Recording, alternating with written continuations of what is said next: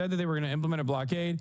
In that process, they shot down a drone, an American drone, and basically in the process, America was already gearing up clearly to bomb Yemen again, and now they have started.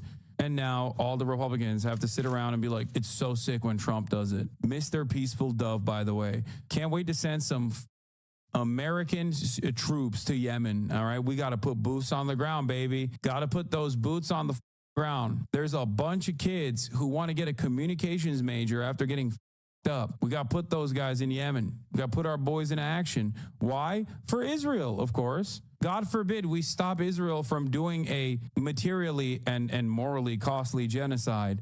We can't do that. No more wars, remember. That's right, John. Multiple times U.S. warships came under ballistic missile attack in the Red Sea and off the coast of Yemen in the Gulf of Aden. And just for context, that has never happened in world history. Ballistic missiles have never been launched at U.S. warships before. Thankfully, they were all shot down. But that was always a concern in the Pentagon. What if those missiles gets through? It was notable in President Biden, in his farewell address, he's talked about U.S. forces not being engaged in combat. And if you looked at the Navy press release when the USS Dwight D. Eisenhower strike group returned from the Red Sea, they talked about hundreds of bombs being dropped against the Houthis, dozens of surface-to-air missiles from those Super Hornets shooting down those crew drones that are flying overhead. There was also an issue of cost. You know, these interceptor missiles launched from the guided missile destroyers and cruisers in the strike group, John, those missiles cost millions of dollars, shooting down what were in essence, you know, flying lawnmowers launched from the Houthis, very crude drones, just, you know, $50,000 or so in cost. And the fact that these shipping lanes, vital shipping lanes that are needed for commerce, for the oil trade, have been essentially shut down since the October 7th massacre. Dude, oh man, I'm so sad. I can't believe it. Guys, I just need you to remember there's no other way out of this. God forbid we tell Israel, you know, pack it up. It's over. God forbid. Can't do that. Nope. Can't do that. Gotta use more money. Gotta use more weapons. This country, man. So stupid. And all these absolute morons that have to pay, you know, 50 grand for a hospital visit, sit around and basically clap like seals whenever the American government's like, hell yeah, baby, we got to do it. We got to give them hell. It's so stupid. Ugh, it's so dumb. Yeah, there goes your food stamps, baby. There goes your health care. Oh, I'm sorry. Do you got too many potholes? Can't fix the potholes. Sorry. We got to go blow up children in Yemen. You understand? Why do we have to do that? Because, well, they have implemented a blockade. Why are they implementing a blockade? Well, because Israel's doing a genocide and it's their coastline.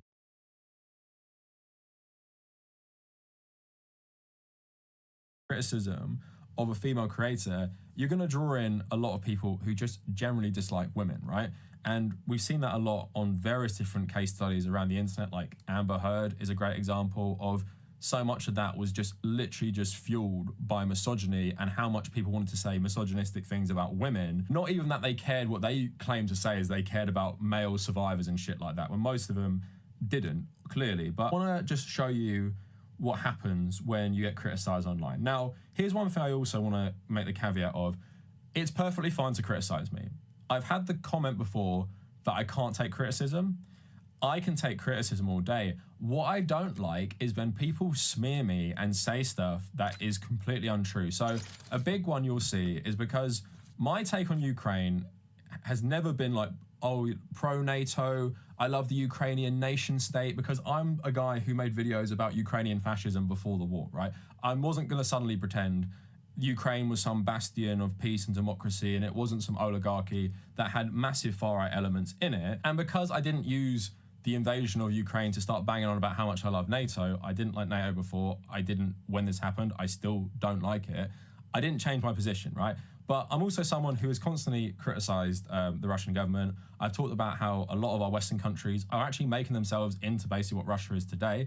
I've always called it capitalist. I've never said Putin is a good guy, like ever. I have never done this. I've criticized leftists who love Russia. I've made videos recently talking about why Russia is bad. Big perception that I somehow love Russia and I love Putin because I don't agree with like lib leftist Americans on Ukraine is a big one. And that's frustrating to hear because I support Ukrainian self-defense against Russia. I support Ukraine's right to self-defense. I don't support the Ukrainian government generally. I don't really support any capitalist governments. Also, I'm someone who thinks a peace deal should have been done for a long, long time. And I think a peace deal should have been agreed probably about 2 years ago, because in my opinion, and someone, you know, history degree, has a master's in international relations, often when you are taking like the academic look at international relations, removing emotion and removing your own like political ideology, and also looking at other case studies like, let's say, Iran, Iraq in the 1980s, you realize sometimes, even though it's a shitty solution, even though it's not the ideal one that everyone wants, sometimes the compromise has to come, because it's always going to come, and what you're going to do by compromising is save lives, right? But because that isn't the same opinion as Americans' favorite streamers, people think I love Russia. So that's a big one for me, and it's hard to see that, and it's hard for people to constantly say that, because loads of people then think I'm someone like Jimmy Dore or Jackson Hinkle. I'm someone who likes the Russian government, when I hate capitalism and my whole channel is anti-capitalist. But it doesn't matter. People are happy to smear me because I don't one-for-one align on their favorite leftist streamers' takes on geopolitics, right? And like I said, I'm perfectly fine for people to disagree with what I said about Ukraine. In the comments, disagree with me right now. I don't care. Do that. That's perfectly fine. If you're going to go in the comments and start saying, I love Putin and I love Russian capitalism and imperialism or some shit like that, then that's going to piss me off, because it's not true. And I have a whole body of work on YouTube that proves that's not true, even stuff I've said about the conflict itself. But if we go even further with this, just random comments, and I'm not gonna tell you what video it's from, I'm not even gonna date them, so they're just random comments. I'm gonna go through some of them. Often these spaces where you criticize people are just permission just to say whatever you want. So that moron thinks Putin is a communist or something. Nice to have a legitimate reason to dislike this guy, aside from his annoying voice. I had to stop watching his channel because his takes were so facile, and the condescending, whiny voice made me want to pull out my own eardrums. So I stopped watching the Tabernacle a while ago. He veered massively out of his lane and started commenting almost entirely on US culture and politics with a very poor understanding. He seems to base his entire understanding on pop culture and internet culture. Also, I now live in Ireland, and I get annoyed when he drags his Irish heritage into things. He talks out his arse about Ireland, and it sounds like an American from Boston who's never left the US. He just doesn't understand nuance, and if he gets so much wrong about the two cultures I have contact with, I don't trust his read on his own culture. Tabernacle literally said he wouldn't be friends with people who like Lord of the Rings because that movie is fascist. I'm not even joking. On BlueSky, he was saying liberals and leftists were stupid for supporting Ukraine. He lost me when he told people not to vote. If I recall correctly from his past videos, Tabernacle has admitted to most of his lifelong friends being right-wing, and he refuses to give up those friendships over their politics. So this video feels like an extension of the same "they're not bad people" internal justification he relies on to maintain the cognitive dissonance in his own life. So obviously some of those comments I read you are like criticizing just general things I dislike, right? And obviously a lot of these comments, they're not related to the argument I was making in the video that is criticizing me, right? So many of these videos, they show something I said, and the person who makes the video criticizes it, which is totally fine. But as you see, a lot of people take that as, I am then gonna go say other things about him, and like he makes leftists look bad, he's a moron. But also at the same time, I just wanna like show you how this goes like a bit crazy. So someone from America to criticize an ethnic Irish person like myself of being a fake Irish person because they personally don't feel like I understand Ireland because they moved there, when I don't think this person is actually Irish, is actually a bizarre thing to say as well. Like, yeah, maybe I do bring it up too much, but I would say I understand Ireland better than most people who don't actually live there. And to criticize me for this is just like another weird thing. It's like, how is that relevant to the video? How's that relevant to the video? Here's what I'm talking about with the distortion. I never said I don't want to be friends with people who like Lord of the Rings because their favorite movie is fascist. I never said Lord of the Rings as a movie was fascist. I said in the video that I think sometimes Lord of the Rings being your favorite movie is a bit of a red flag, and it makes you uninteresting to me. So I don't think we'd be friends based on that, because I want you to have a bit more interesting like takes and stuff, right? I didn't say it makes you a fascist or the movie is fascist, but then it just makes me look crazy. Like, it makes me look crazy, and it's obviously someone's misinterpretation of it. Another one, he was saying liberals and leftists were stupid for supporting Ukraine on BlueSky. Literally, I've never said that. My take was basically, why are liberals and leftists all freaking out about a peace deal for this war? And now as time has gone on, it's become so normalized that everyone is talking about it. I said this like a month ago or something, right? I didn't say leftists are stupid for supporting Ukraine because I support Ukraine as well. I said I didn't understand why people just want perpetual war forever with no actual like proper end goal in sight, right? And another one as well is, again, people uncharitable and misinterpreting you and then spreading it to everyone else. I never said my friends were right-wing. My friends aren't right-wing. What I actually said was most of my friends don't talk about politics. And we don't talk about politics generally. They're not bigots, they're not right-wing, they're not Tories, I know that for a fact. Only a few of us actually talk about proper politics. So they could have some views I don't like about certain things, but I just don't know because these are all my childhood friends. So we grew up together. We're friends based on our shared upbringing, not on our shared politics. But someone has taken that and told other people, yeah, Tabernacle has loads of right-wing friends, and I've seen other people say this as well, and he never calls them out. So he's trying to justify to himself when he says you shouldn't demonize all Trump supporters as like Nazis and stuff. He's just trying to justify his own relationships in his head. Again, you can see here, firstly, how this can drive you mad. Because when you're getting criticism that you might not agree with anyway, right? So that can be irritating, but that's totally fine. Like I said, I'm all for criticism. But when all the comments start talking about like random shit like, oh, the Tabernacle is not actually Irish because now I live in Ireland and I disagree with what he says about it. Or the Tabernacle's got a whiny voice. Or the Tabernacle is a moron. He tells people if you support Ukraine, you're bad. He loves Putin's Russia and he does all these things. If you're going on a criticism video of me anyway, you're probably more susceptible to listening to takes against me. Then you read the comments and you see this, and then someone reads that comment and they start saying to other people, oh, well, apparently he supports Russia. Apparently he does this. Apparently he does that.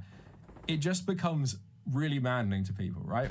And why I show you all that is not to just like spend time rebutting criticism of me and stuff like that. It's to show you that not because of the creators, but just because of general comment section, it descends into a circle jerk of I hate this person because of this, and I'm not actually going to engage with the video. I'm not going to engage with this person's criticism.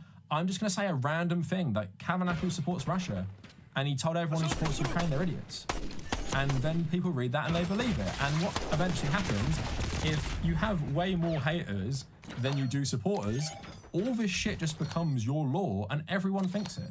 And for me, the Russia stuff has been something that people have been saying to me for like 3 years at this point, because I wasn't like Slava Ukraine and putting a Ukrainian flag in my bio. People just generally believe that about me now. And that's something I can't even get out of, even if I consistently criticize the Russian government and even call out conservatives in America and supposed leftists in the US. Even if I call them out for loving Russia, it's never going to be good enough for people, because apparently I don't support Ukraine enough, according to lib leftists in America. So yeah, I'm just saying and pointing out to everyone, it can make you genuinely feel crazy. But like I was saying, the power dynamics are also important as well. So take everything I just said to you about the misinterpretation, all these comments saying certain things about me, right? That's one thing. Now imagine the videos are being made by a creator who is way bigger than me. Like when I used to get hate comments from conservatives who made videos on me when I was a small channel. Now imagine people are hyper-focusing on everything you say and do, and maybe like once a week, twice a week, they pick apart something you say, and you go to the comment section and it's all just this insane stuff that's nothing related to the video. Even if the creator who made this has the purest intentions and the purest criticism, even the hyper-focus on you is going to just start whipping up these types of takes. And we've seen this with other leftists who've made consistent videos on just random small creators. And what happens is this person just becomes some sort of meme character in their streamer lore where they call them like terrible things and they have no defense. And they weaponize their own audience against these people. And if we take it on bad faith, they do it because they have ill intent. And even if we take it on good faith, like these people are unaware of the power dynamics, at the same time, you do read the comments, you do realize a lot of people who have problems with these creators you're making videos on, they do just enjoy saying shit about people or enjoying a downfall or enjoying a space where they can freely say anything they want about someone they don't like, and there's going to be no criticism, there's going to be no rebuttal. It's just going to be a big circle jerk about how much you hate X, Y, and Z person, and you've been given permission in your head, you have permission to just be terrible to that person. Now, let's move on to the misogynistic angle. I was kind of touching on it. When we talk about things like misogyny, racism, transphobia, I feel people view it in like a very black and white way. And I was actually talking to my girlfriend about this before I made this video. And she would happily say to people, I will call you out on your shit if you say something I think is misogynist. And something she said to me recently, she was like, oh, are you sure like your hatred of female singers isn't motivated by like misogyny? Like, are you sure? And this is because obviously I've made a video about Taylor Swift. And I was saying some shit about Chapel Row, and I was like, why does everyone suddenly like this person? Like, I really don't get it. Not really commenting on the singer, more about like just consumer capitalist pop and how it feels like when something's new, suddenly every single person just likes it. So Sabrina Carpenter, Chappell Rowan, Taylor Swift, it feels like they get popular and then it just hits this crazy height where everyone just loves them just because they're popular. It just feels like this knock-on effect. And when she said that to me, I was like just thinking, is there any part of it that is motivated by some sort of misogyny? I was just thinking about how often I see these women, like without looking for them, I don't listen to their music properly, and how much I'm aware of their songs, despite the fact I don't listen to their music, and thinking about how does social media or just their popularity pushes this all on me. And here's the thing as well, I'm happy to entertain the thought that some of my dislike for these pop stars could be tinged by misogyny. Because I know I'm not perfect, and as a straight white man growing up in a very misogynistic society, I cannot escape misogyny. And I'm basically born into it, and what is part of being like whatever identity you are is unpicking a lot of the biases you pick up. For like someone like me, it could be racism, transphobia, misogyny. And although I can say to myself, you know, I like loads of female artists, some of my favorite musicians are female artists as well, I can convince myself that I'm not misogynistic because of that, but even that doesn't really mean anything. It just means that my barrier of misogyny is that them being whatever identity doesn't stop me from liking their music. It doesn't mean that I'm totally clear of misogyny, but it's just the process you go through like throughout your whole life with a lot of these things. And lots of people don't like to admit this. And I'm totally happy to, because I come from a place of we're looking at systems and not individuals. I don't think if you were better on these things growing up because you were exposed to like more progressive politics, that you're a better person because of it, because you didn't have a choice. What's important is you realize your biases and you keep unpacking them. And another one I was talking about with my girlfriend today is like with trans rights, it's not up anymore because the BBC claimed it, but I made a video in like 2017 responding to these Christian parents who took their kid out of school because there was a trans student, right? And I was talking to my girlfriend just about like my view on trans rights as someone who wasn't really exposed to transgender anything growing up. Like I didn't even know this was really a thing growing up. And a lot of people in the UK have said to me, my age, you know, who is the visible trans representation for us? We didn't really have that.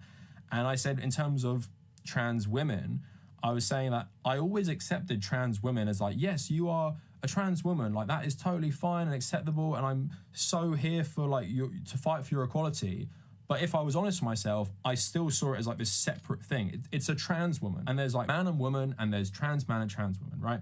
And it was a lot of me like educating myself, unpacking my own like biases towards like gender and everything, to go through this period of like accepting that trans women are women, like legitimately. Like I said, even with racism, I spoke about this in the past, like my over focus on like Islam as in my atheist days is probably a result of the people I would listen to, like Sam Harris, and people who were racist, and I just didn't realize it because I would intellectualize my own prejudices, same way people might have done with Jordan Peterson back in the day, like intellectualize their own misogyny. So why I'm trying to make that all clear to people is when people do stuff that could be either misogynistic, interpreted as misogynistic, or whatever, it doesn't mean they're always doing it with malicious intent.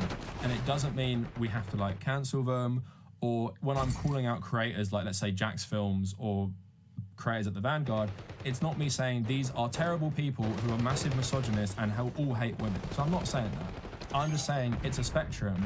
And if I made 33 videos on one female creator, firstly, I would never do that. But secondly, also my girlfriend would be like, what the fuck are you doing? Like, why are you focusing this one person for the crime of reacting to TikToks that they don't credit the original user for, right? Like, they would say that's very disproportionate, especially considering all the hate they get. So let's go into that example now. So if you guys don't know, there's a big YouTube creator called Jack's Films, who's been like one of the oldest YouTubers. He makes loads of videos, and he really hates React content. So Sniper Wolf was a gaming channel back in the day, that's what I remember, and she essentially became a slop content farm. And again, I'm not defending her content. Her content truly is bad. It's a content mill of her basically reacting to TikToks and basically describing what she sees. That was actually what the content pretty much was, and oftentimes she wouldn't credit the original TikTok creator. Some of you might be thinking, so what? Who cares? She's giving creators exposure. And hey, maybe she gets permission from the creators to feature their work. You already know the answer to that. We reached out to creators who had their work featured in Sniper Wolf's videos. And when we asked them if Sniper Wolf and/or her team had contacted them about featuring their work, every creator said no, they were not contacted. Most of them were blindsided by the fact that Sniper Wolf had been using their content, and some of them were pretty upset about it. And in my mind, that is perfectly worthy of criticism. I don't think anyone would say that criticizing that style of slot content, which seems to have been for her the infinite money glitch from GTA, is a bad thing. Of course it's not. And I would say generally that type of content is a cancer on the YouTube platform, and there are so many creators who do stuff like that. And especially if you're going to include her as one of the worst offenders as part of a broader critique of this style of content, I'm all for that, of course. Editing Cavanacle here just quit. You can tell I'm editing by my hat and AirPods. Basically, as I was editing this, I realized I didn't make it clear about what the 33 videos were kind of following, and I've been playing some of it in the video itself, and I just realized I didn't explain. Basically, Jax Films made an original video on his main channel about Sniper Wolf's content, right? Which I don't have a problem with him doing, and I hope people can take from the actual overall video. I wouldn't have a problem with anyone doing this. What I have a problem with, and what I'm specifically criticizing, is the 33 reaction videos that followed this afterwards, and how I think that's just very disproportionate compared to a lot of the criticism he's had to other React content on his channel. And he has made other videos on React channels, but it's never been as excessive as this, and that is why I'm calling out this style of content in the video, because I certainly think the original video was enough. He made 33 separate videos of him reacting to Sniper Wolf's React content, and there's still a playlist of it. It's called Sniper Wolf Bingo, so you can go watch these for yourselves, and it's basically just him talking about how bad the reaction is and how pointless it is. Where do we go from here? I've said my piece, but will anything actually change? Probably not, which is why I'm not done. Last year, I made a new channel called Jax Films.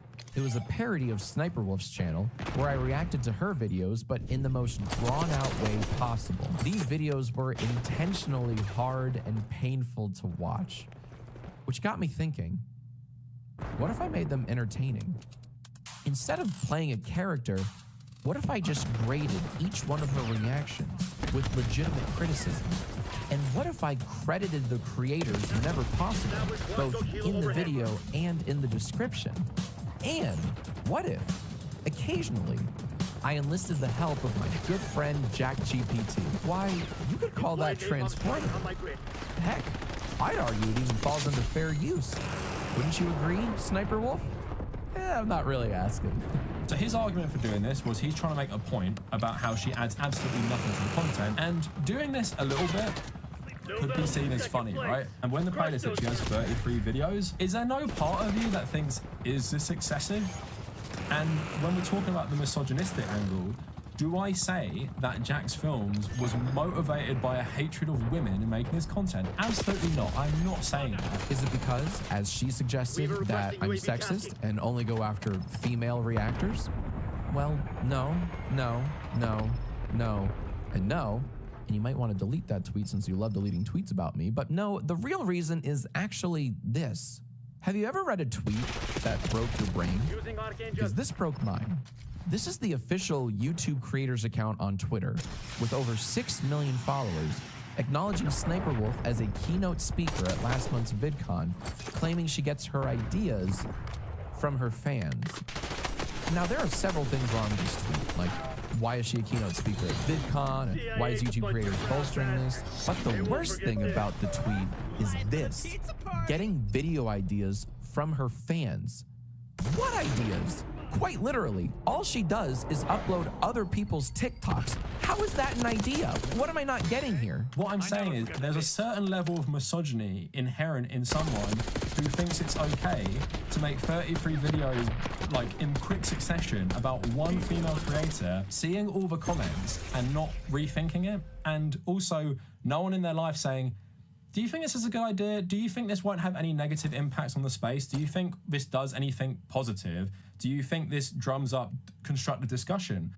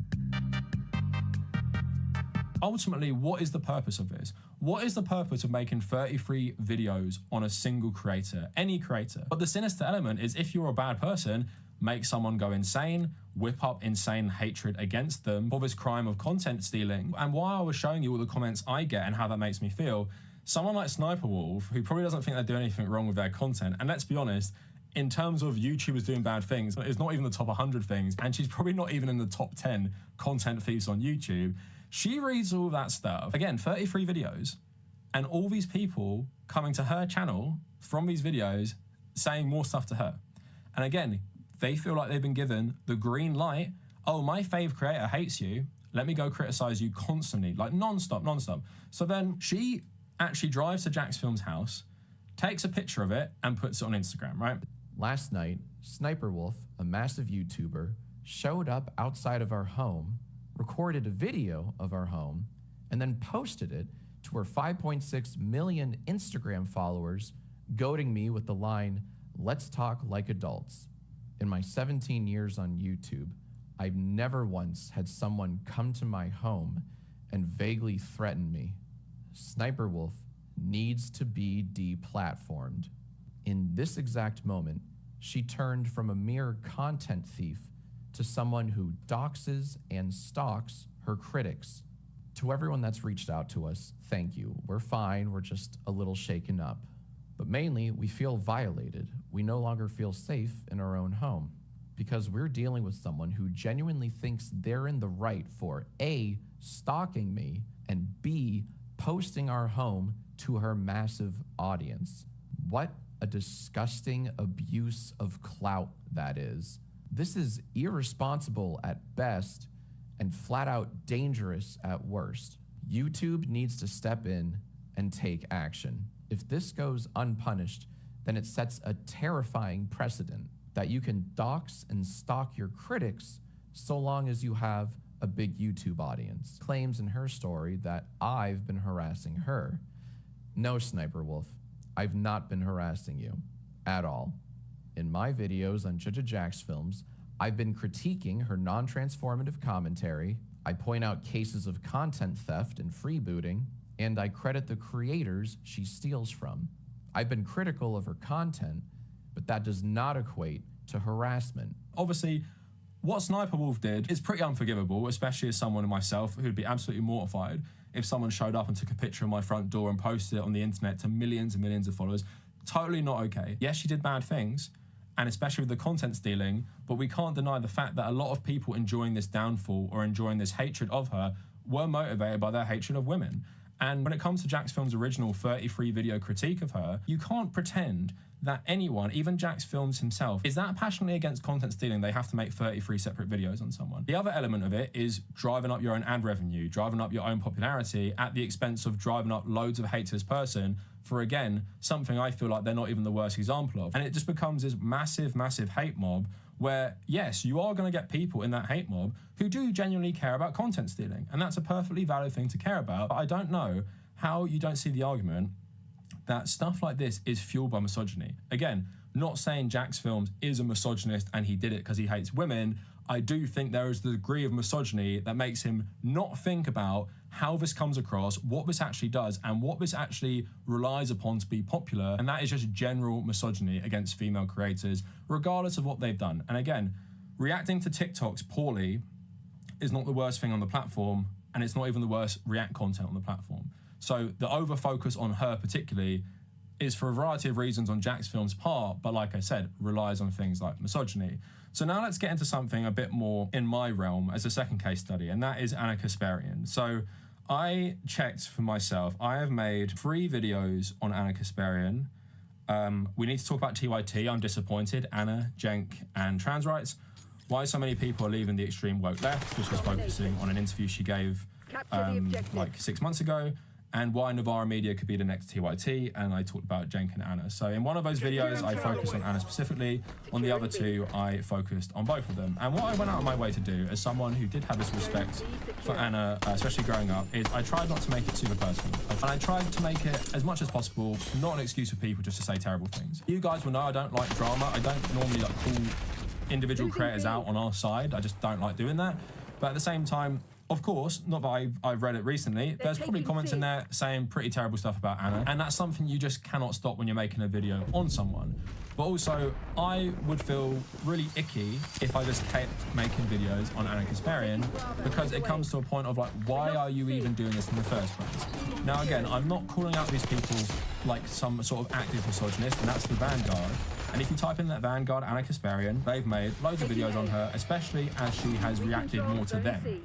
So as they've made more videos on her, she's commented on these videos, and they've made more videos on that, and it's just like a self-perpetuating cycle of they say something about her, she doesn't like it, then she reacts, they keep making videos, and the narrative they have with this right now is that it's just basically making her more insane. Now, I'm not going to go through their comment section, and I don't know how much they moderate it, but if you want to, for yourself, go on one of these videos and look how far you have to scroll to see the word calling her Anna Karen Sparian, or just calling her Karen or something like that. And like I said, I don't think Karen is inherently misogynistic, but they are, even with their thumbnails, playing into this framing that Anna is some unstable, emotional woman who is being triggered because the Vanguard are making such excellent arguments countering all her transphobia or right-wing or more conservative talking points now in regards to like immigration or crime and stuff. The thing is, if Anna Kasparian is going crazy from this criticism, a lot of it is not to do with the criticism.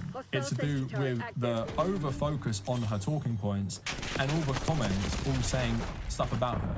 Because 100%, just like with myself, there's going to be so many comments in there which have misinterpreted what Anna said, or took it in bad faith, or didn't even really listen to what she was saying, and they're going to be spreading rumours about her, making her seem like she is worse than she really is. Now again, these guys who make these videos, they probably don't see it this way. And I've heard them actually say this. They say, it's fair game, it's YouTube. This is how YouTube works. You make call-out videos on each other.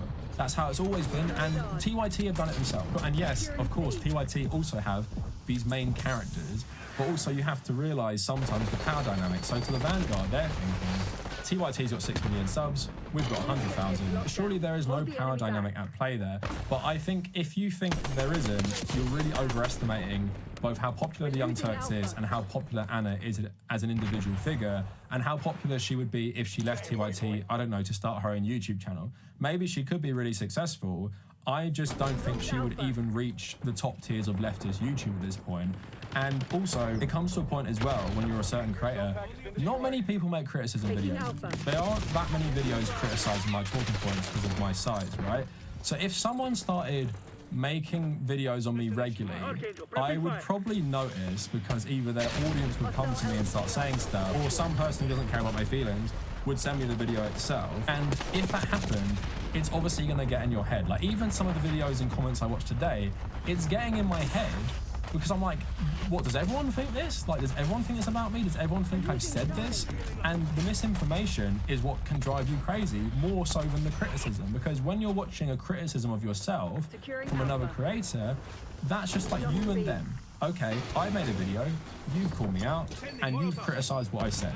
Now I'll go to the comments. Is there anyone expanding on what this criticism was? Oh no, everyone is just saying random shit that has nothing to do with the video, and loads of people just venting their hatred for me just because they feel like this has given them permission. Now, there aren't too many women in the leftist YouTube space, and yeah, the Vanguard are on friendly terms with people like Emma, and I think they had Francesca on as well. At the same time, like I said, it's a scale. Misogyny is a scale. And just because you're a man who's a feminist and a man who just supports women's rights and all that stuff doesn't mean you can't have blind spots. And I'm not trying to say they can never criticize Anna Kasparian again, but I think the way they had the conversation around her content, and also how they talk about her sometimes as well, and maybe the over-focus on her specifically, it, again, like the Sniper Wolf stuff, it relies on a certain degree of misogyny, and I think it takes a certain degree of misogyny to think about this content and not have a second thought about what are we really doing here? Because, again, if you read the comments on these videos, there are obviously people leaving substantial critiques of Anna or substantial problems with her. Most of the comments are like one line. And I'm someone who's criticised Anna Kasparian a lot, and I'm someone who does not agree with her right-wing pivot. I do not agree with a lot of stuff her and Jenk said. I think they're completely misusing their platform, and I don't actually understand what the point of their platform is at this point, so I don't think it's actually helping anyone, right? At the same time, if I saw Anna and Jenk on the street, if Jenk was like my football coach, if Anna was a colleague at work, Would I think they're a terrible person? Would I think they're a terrible person who's deserving of like obsessive video critiques on them? And I get it, they're media personalities, right? They spew stuff every single day for hours and hours. At the same time, we have to think about the relevance here. Is we can all agree they're not that relevant. And even let's compare TYT to the Humanist Report. Look at the view counts between them now. Like, TYT is dying, and it's becoming less and less relevant. So what essentially Anna Kasparian is becoming in leftist YouTube, I don't think it's the correct term, but it reminds me of like lolcows, like Boogie, right? I don't know if I'm using it right, but it's like someone just becomes a character to make fun of. So no one's making videos on the left now saying Anna Kasparian has a great take on this. It's she's unhinged, she's crazy, she's doing this, oh my god, she's a fascist, she's right-wing, all that stuff, and it's very sensationalized, and I can understand how that actually does make someone go crazy. So if she is actually going crazy from all these videos, I totally get it, because I nearly went crazy from reading all these comments today, and that's just one day of reading random comments on Reddit and YouTube. I don't expose myself to this, and I don't go looking for it. And again, we have to remember, even with someone like Anna Kasparian, she's been in this space for way longer than us. So she's been subject to this for years and years and years. And we have to take this into account sometimes when we're criticizing someone. Like, how much are we dehumanizing people, and how much are we relying on things like misogyny or racism or transphobia or whatever when we go after people with bad ideas? And how bad are they that they're worth certain things, right? How bad is Sniper Wolf really? Does she deserve 33 videos that just drum up loads of hate against her? I would argue no. Is Anna Kasparian so bad she deserves so much focus compared to everyone else? I would also say no. Yes, criticize her, criticize Jen, criticize their bad takes. As a leftist as well, you must realize over-focusing on individuals, especially individuals who don't really represent anything. Like, who do Anna and Jen represent? What system do they represent? What type of politics do they represent? Like the fading world of like naive centrism. I don't know, something like that. Is it something you should direct a lot of your focus onto? And also, one more thing on the Vanguard, and I'll speak to this because they're a smaller channel. The views on the Anna Kasparian videos usually do better, and also their views are really good. And as someone who makes a full-time living off YouTube, primarily on ad revenue, their success recently with their views, I do think there's a degree of audience capture, and as a creator you always have videos you know are going to do well, so if you have a couple bad ones you can just throw one out. So for me recently, which is weird, I made one on the Cybertruck a while ago, and it did really well, and suddenly people want me to make videos on the Cybertruck. So I have that in my mind. If I make a video every, like, I don't know, 2 months or 1 month about a Cybertruck or Tesla, that will do well. And because it's my full-time job, that will help with my monthly bills or whatever, right? So there also is the financial aspect of you have this lolcow, and you know she brings in views. So yeah, the channel hasn't done so great this month. 2 videos on Anna Kasparian at the end, and we'll be sorted. And obviously, it's not just the Vanguard doing this, it's not just anyone. I think sometimes as creators, especially on the left, we're meant to be more sensitive to these things. Are you making the world a better place? Are you making the space a better place? Now, my main criticism of the Lolicon enjoyer is he made the online leftist space so toxic by doing shit like this. Him and Destiny going after anyone and trying to silence basically anyone and ridicule them, and often it was from marginalized groups. It was female creators, it was black women, it was trans black women and stuff like that. They were going after them when these people would often have like, 20k subs, 8k subs, and not even like an engaged audience. So it just becomes a punching bag for you and your audience to take it out on someone you think deserves hatred and deserves insane harassment. And here's the thing, right? If Anna Kasparian had a major breakdown live on air on TYT, major breakdown, and she starts ranting about the Vanguard and ranting about people who overly focus on her, would the coverage be sympathetic is what I'm trying to say. If Sniper Wolf had a mental breakdown live on Instagram or YouTube because of Jack's films calling her out, would people be sympathetic? You know, people would revel in both of these things. They would revel in it, and the coverage would not be, let's think about what we're doing here. Let's hope she thinks about what she says and what she does, and we're gonna, think about how we cover this, because clearly there's some issues here and we're actually affecting someone's mental health.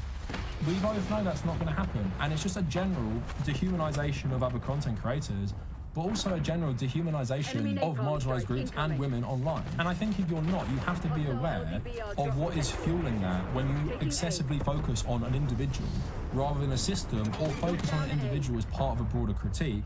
Like I said, with James Somerton and the H-Bomber guy, that's a perfect example. With Sniper Wolf and Anna Kasparian, for these 2 YouTubers, I don't think that's a good example. And just like those comments I read where you know, they're saying stuff about me that's not true. I know this video is not going to be taken the way I say it. I know people are going to say, the Tabernacle says you cannot criticize women online. I'm going to see that comment for Aiden. The Tabernacle says you cannot criticize marginalized person online. I'm not saying that. And I've criticized Anna Kasparian. I've criticized her on Twitter. I've criticized her on YouTube. I've made my own YouTube videos about her saying these things. But there's a way you do the critique, there's a way you talk about people, and there's a way you think about the proportionality of what you're doing.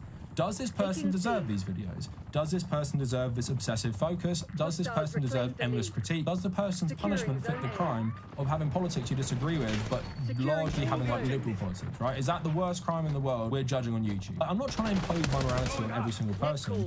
Do whatever the fuck you want, but I'm trying to have the conversation that we have to think of each other as people, and we have to think about why people say certain things, and we also have to think about, is our attacks against certain people, do they necessarily deserve this, and do they deserve this focus on a singular person? So anyway, that is it for the video. I'd be really curious to know your thoughts, and yeah, I know people will see this and they have every right to react to it. Again, I'm not saying, especially the Vanguard, who do collaborate with a lot of people I've collaborated with. You know, I saw they had Mike from the Humans Report on a couple times, like someone I've collabed with multiple times. Not saying they're bad people, not saying they're terrible misogynists who hate women. I'm just saying we have to kind of, as men especially, keep thinking about how we are conditioned to feel about certain groups in society and keep unpacking that, and hopefully have people calling you out on it. And if this serves as me calling someone out on it and making them at least just rethink this a tiny bit, that's good. The same way I'm grateful with my girlfriend calling me out on my stuff sometimes. I'm like, I would never think about that. And only from your female perspective are you even having the red flag of, you know, for example, the female pop star stuff. Like, oh, maybe you overly focus on them. Like, why is that? And I think that's an important thing we should all keep doing. So that is it for the video. Let me know what you guys think in the comments. And if you made it this far, thank you for watching.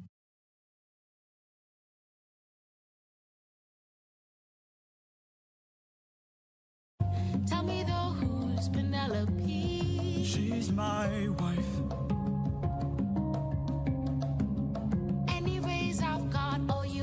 Here, or you could need here, just you and me, my dear, my love.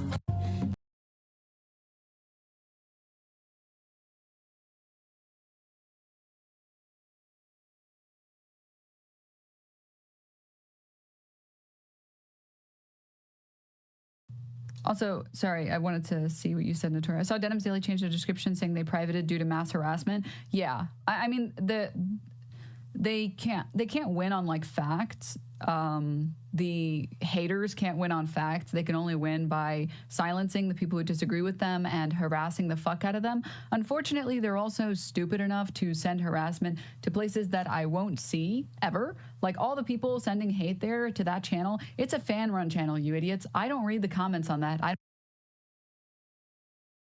We are back. Sam Cedar, Emma Vigland, Majority Report. We got a lot to talk about. Yes. We didn't even take any phone calls yesterday. Called Hawley's office. Really love having him as one of my senators, says Muddy Mo. New York transit workers. If you're going to do a segment bashing Cuomo, I'd like to add to it. In 2012, he did a pension reform for all civil workers in New York State called Tier 6, basically increasing contributions from workers and diminishing the payout. He then vetoed Tier 6 reforms that were passed by state senate and assembly. As a dig at our union TWU Local 100, they endorsed him both times. Second time over Cynthia Nixon. We've given up the lead. Yeah, it's the union stuff with him, very, very transactional. He knows how to do that. He knows how to punish people, and people are afraid of him. And that's why the voters have to push back in this instance.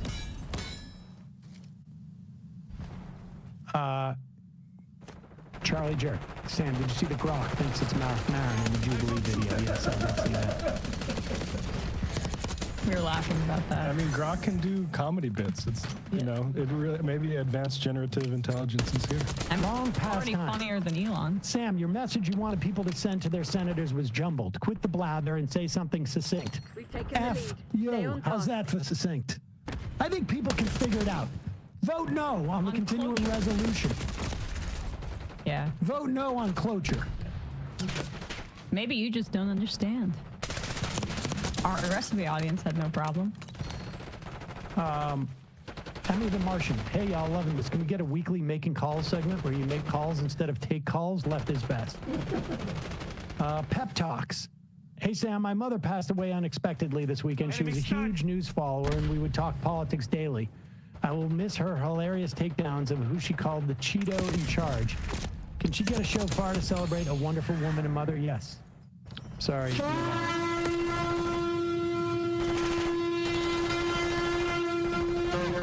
Rest in peace.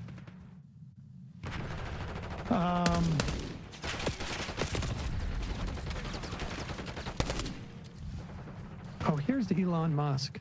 Should we talk about this? Yes. Elon Musk, incidentally, and this is pretty rough. Because of Donald Trump's tariff policies and because of the cutting of government jobs and creating, just broadly speaking, a lot of, I guess, insecurity, uncertainty in the business community. Elon Musk, and also because I guess people are starting to protest Tesla cars, he's lost billions of dollars. Billions of dollars in market value. Tesla stock took a massive hit, specifically on Monday, where it was at its lowest point since 2020. And the reporting is that it lost more than 50% of its value, $800 billion in market cap. It was at its high in December when it was obvious that Donald Trump and Elon Musk were buddies, and he was probably going to get a bunch of more government contracts to subsidize him. But between the two SpaceX back-to-back explosions, the declining Tesla sales that was already happening, and then the acts of protest were in France. Tesla cars were set ablaze in Boston. Tesla charging stations were set ablaze. There are other incidents throughout the country, including just picketing and making it so that people feel like they don't want to financially support this guy who is dismantling the administrative state to get rich. There's a plastic surgeon in Worcester that has a gold Cybertruck that is in the press talking about, hey, let's be nice to everyone with different political beliefs. Oh, God. Well, I mean, Worcester's been just on a real awesome tear lately. I love it. Elon Musk down $148 billion. This according to Bloomberg News. Here he is on with Larry Kudlow.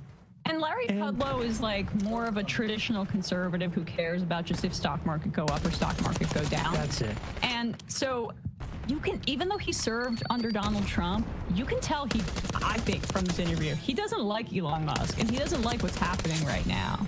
And so, just like look at, I don't know, the way that Kudlow reacts. But also remember, now Elon Musk has all the data from the HHS of all patients, essentially, in the health system.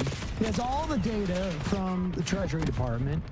He is theoretically in charge of, like, I guess, keeping this data safe.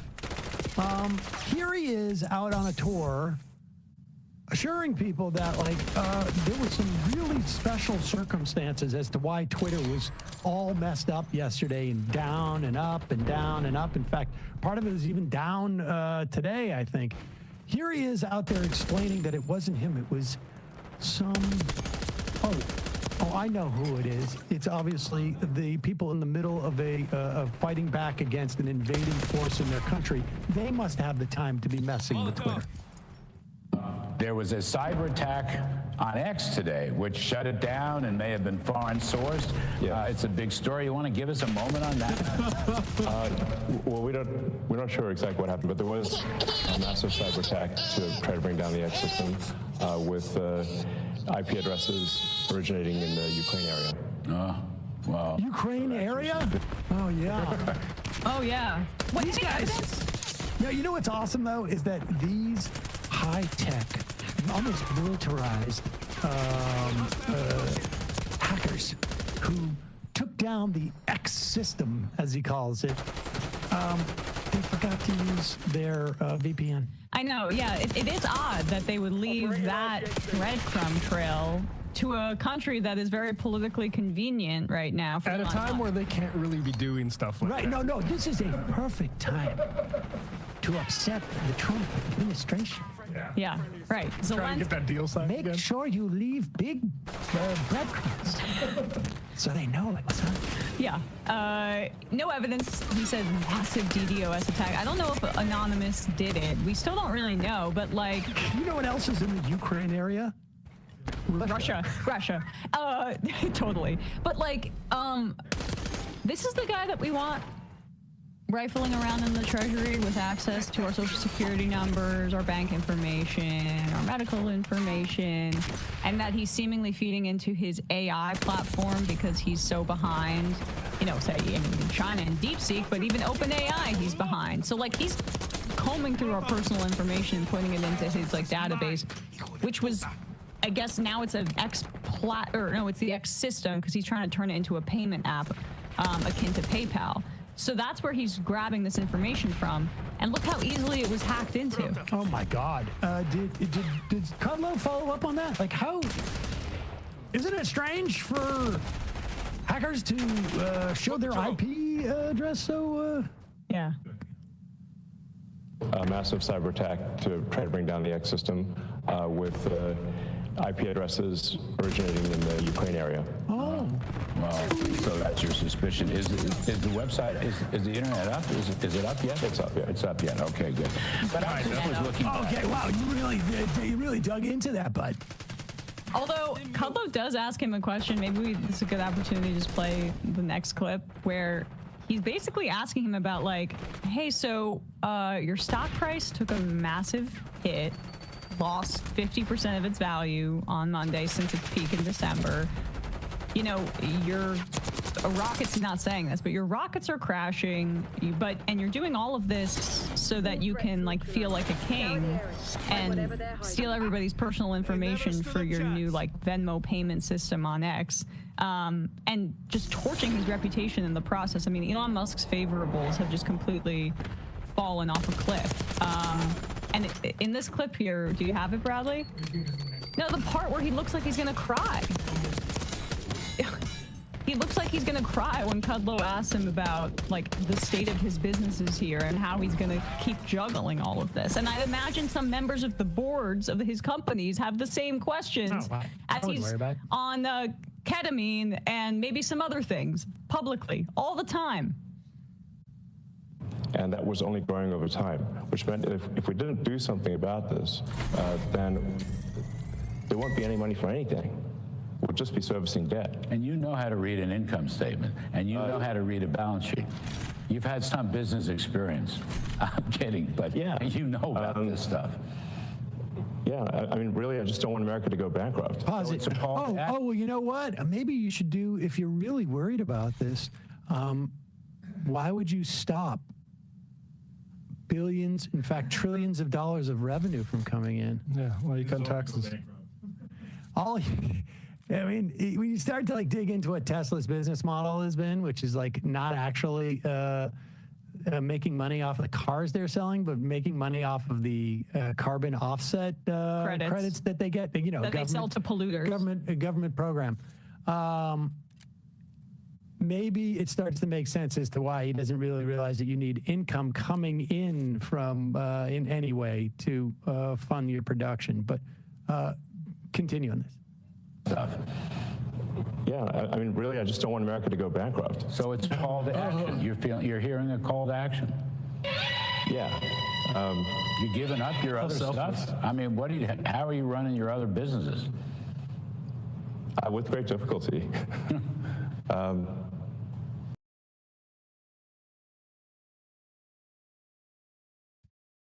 In order for Israelis to like give them equal rights.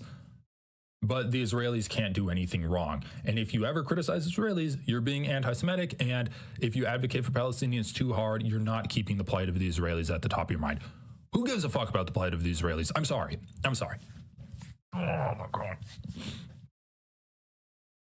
Once the genocide stops, then we can start working about like honoring dead people. Okay? That's the end of the matter. Guys, I don't even like give a voice to every single Palestinian that's being killed, because that's simply not the focus right now. The focus right now just cannot be on everyone that's dying. It has to be on preventing further deaths from happening. And the way you prevent further deaths from happening is to protest the actions of Israel. It's like in an ongoing genocide, you don't have the luxury to sit back and try to honor everyone. That's just not where the energy should be. And even if we are at that point, it's like, I'm sorry, dude. The amount of Israelis that died on October 7th is like a micro fraction of the deaths that have happened in Gaza. Eventually holding the perpetrators accountable. Merely recounting these statistics does not afford Palestinians the dignity of humanity. They are simply reduced to numbers, to tens of thousands of names on a registry, as if they aren't human beings with dreams, hopes, hobbies, interests, and love for the people around them. If you've had this feeling as well, I want to recommend a book. It's called If I Must Die. It's written by renowned Palestinian poet, author, and teacher, Dr. Rafat Al-Arir. It's full of stories and poetry and history about life, or rather survival, in Gaza during occupation and genocide. It is beautifully written and humanizing beyond anything you'll ever get from most coverage of Gaza, especially in the West. I have a friend from Gaza. His name's Ahmed Sarsour, and he's a very talented poet. We got in contact on social media, and when I read his work, it moved me in a very similar way to the way Dr. Rafat's words have. Ahmed has a sister, Rania. She is a mother and a gynecologist from Gaza and is seeking help after being displaced in February of last year. She and her children were forced to flee their home, and her life was further devastated when her home and her family members' homes were destroyed. She gave birth to her baby, Rose, in a hospital without proper care and no anesthetic, and now faces a dire situation with limited resources. I've linked your fundraiser in the description. Support if you can. The funds raised to go towards essentials like diapers, baby formula, medicine, basic living items, rent, and travel expenses for relocation. Another friend of mine, Ahmed Mater, is a 27-year-old inventor from Gaza. He makes these brilliant videos showing the process of constructing creative inventions to use in order to survive in Gaza. After the so-called ceasefire was implemented, Ahmed and his family returned to their home in the north, only to find that it had been looted, vandalized, and destroyed by the occupation forces. Support his campaign if you can. I will leave these fundraisers as well as a link to Dr. Al-Arir's book in the description. The book is devastating, though, especially considering the fate of its author. Dr. Rafat was killed by Israel in a targeted assassination in December of 2023. He was killed alongside his brother, Salah, with his son Mohammed and his sister Asma, and 3 of her children. This came after having over 30 members of his and his wife's family slaughtered by Israel over the course of their lives. What these numbers also fail to communicate is the weight and depth the effects of this crime has had and will continue to have for generations. To speak only of the children of Gaza, they will forever hold the wounds and trauma caused by Israel's genocide in their minds and hearts. It was reported that when asked, over half of the children in Gaza expressed a desire to die. Many of them already held such wounds, though, of course. But in terms of sheer scale and intensity, what we're seeing now is incomprehensible, except to those experiencing it. Throughout these 17 months of genocide, the international community has left the people of Gaza to languish and die. If there's anything we've learned No video. No video hits too hard, man. It's hitting really hard.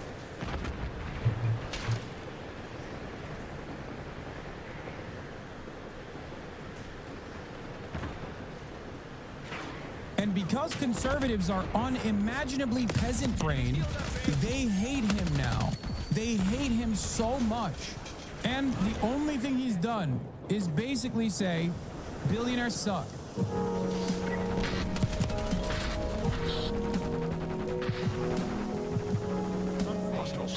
But this actually is a great example of what I wanted to talk about. The peasant-mindedness of the reactionary right. And what I'm going to show you is actually a beloved comedian who goes by the name of William Burr. As you guys know, William Burr, Old Billy Bitchtits, is one of my favorite comedians. And what's interesting about it is that Bill Burr, in spite of his success in the field of comedy and in Hollywood, And in spite of all the bounties of said success in this field, he's actually become increasingly more radical in his commentary as years have gone by. Instead of becoming more out of touch, he has, I would say, become more in touch with the needs and the anger and the resentment of the average working class individual. Bill Burr says a metric ton of, dare I say, radical, maybe even violent things about billionaires and people who own corporations, the mega wealthy, on a daily basis. Okay, you're literally the counterexample to all those people telling me you'll get more conservative and greedy once you get a big paycheck. Yeah, I know. That's why people's brains are bricked, because of the juxtaposition. I'm not talking about myself, I'm talking about Bill Burr right now, but if I were to talk about myself, that juxtaposition is what pisses people off. Oh, Hassan is rich, but he's advocating for socialism. That must mean he's hypocritical. That must mean he's lying. Oh, Hassan looks a certain way, acts a certain way, behaves a certain way that's like very bro-y, okay? In the way that like many of these people fancy themselves as, you know, someone with a rigid work structure that works out, that cares about physical fitness, personal health, things of that nature, has a good family life, has good friends. All of this stuff is supposed to be conservative. Conservatives can only have this. How can you say this and then be a progressive? How can you say this and be socially progressive? How can you say this and be socialist? This doesn't fit the propaganda.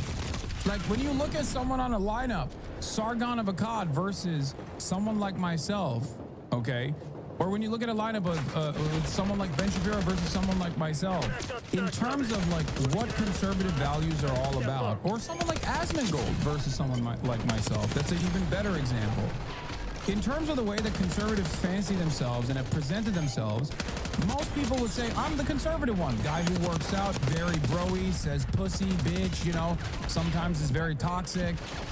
Guy who has a rigid work structure, who's constantly talking about personal development, versus guy who has not showered in a month. Who the f do you think conservatives think is the conservative one in the way that they envision what conservatism looks like and what conservative alpha males look like? Yeah, it's going to be someone like myself. We saw the exact same breakdown because of the ways in which conservatives hyper-focus on optics with the Sam Cedar versus gay Republican debate, where everybody was like that man bun wearing gay Jubilee kid clearly is the libtard here, and Sam Cedar, the clean-cut, elderly gentleman speaking sense, must be the conservative. That's how it is. Hey, everybody. Whoa, Big Joel did a Death of YouTube Skepticism about 5 years ago. I love this. This is like one of my favorite genres of commentaries, like the history of the history of atheist YouTube, skeptic YouTube becoming like incredibly right-wing. Yeah, we're going to talk about the invocation of the Alien Enemies Act regarding the invasion of the United States by Trinidad. Don't worry, we'll get to that in a second. But going back to this, conservatives are now up Bill Burr's ass. Why are they up Bill Burr's ass? Because he doesn't say cancel culture wrong, cancel culture all the time. Because he, unlike the overwhelming majority of that era of comics, the older comics that all exclusively talk about like gay and trans libtard campus activists, Bill doesn't really entertain it that much, right? He doesn't entertain that shit at all, and instead attacks the wealthy. And because conservatives are unimaginably peasant-brained, they hate him now. They hate him so much. They keep saying he has a DEI wife because his wife is black. You know what DEI is. And the only thing he's done is basically say, billionaires suck. Billionaires suck. They're the reason why everything is wrong and everything is broken in society. It's true. It's an objective truth that Bill is recognizing and in a humorous way explaining. Okay? And for that crime,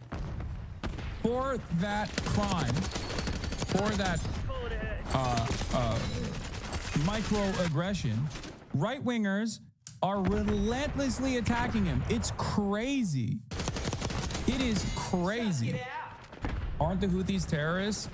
Yeah, I mean, if you believe the Trump administration, because the Biden administration certainly didn't seem to think so until they decided that these guys were actually doing something to stop Israel from doing a genocide by implementing a blockade on the Red Sea. Anyway, getting back to Billy Bitchtiz. The reason why they hate him is because he's talking shit about billionaires. That's it.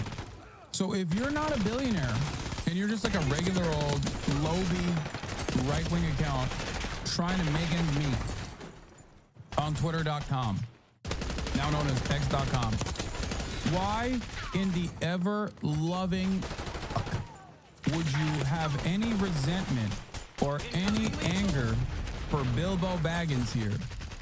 Are you a billionaire? No. Why are you saying, get behind me, billionaire, I will defend you? I don't understand it. It doesn't make any sense until you realize that these guys have peasant brains. Here, I mean, and it's not like he hasn't been anti-billionaire. He's been making fun of incredibly wealthy, incredibly famous people for being dumbasses for quite a while. This is a video from 2012 originally. 2012. Actually, Nerd Jesus died in the last year, right? Steve Jobs. Yeah, he died, right? I know, a lot of nerds here tonight. I know, you're sad. I didn't get it. I didn't get the big deal they made about that guy. When he died, they were like, he changed the world. Doesn't say. He changed the world. The world was one way, and then Steve Jobs came, and it was another. What did he do? Somebody, for the love of God, what the did that guy do? What did he do? He told other people what to invent? I want my entire music collection in that phone. Get on it! Right? And then these poor, nameless, faceless scientists got to go in a back room and figure it out. Dog, this is from 2012, okay? 2012. Understand. 13 years ago, he was saying this. Nothing has changed. Are we going to get all of this into this? I mean, what year does this guy think this is? This is crazy. This is like Buck Rogers. Dude, my kid has a birthday in like 11 months. Steve Jobs just walking by. I don't hear any thinking going on in there. Just strutting around the office, eating some pretentious fruit like a pear. Right? Just throwing out ideas. Well, there's another one. There's another one I just came up with on the way to work. I was reading a magazine the other day, turning pages, you know? I like to turn pages on a screen that aren't even there. Yeah, wrap your heads around that, guys! See you in 8 years! Where you going, Michael? Big, little, get on it! Right? And all these people slave away to make his vision come true. And then they have the big nerd fest, right? Down there, Comic-Con, and all their nerd mecca. They're all showing up with their acne and their Hulk shirts, limping into the arena, right? Does Steve Jobs go out with a whole chorus line of scientists? No, he goes out there by himself. Sneakers and no belt, like it was no biggie, right?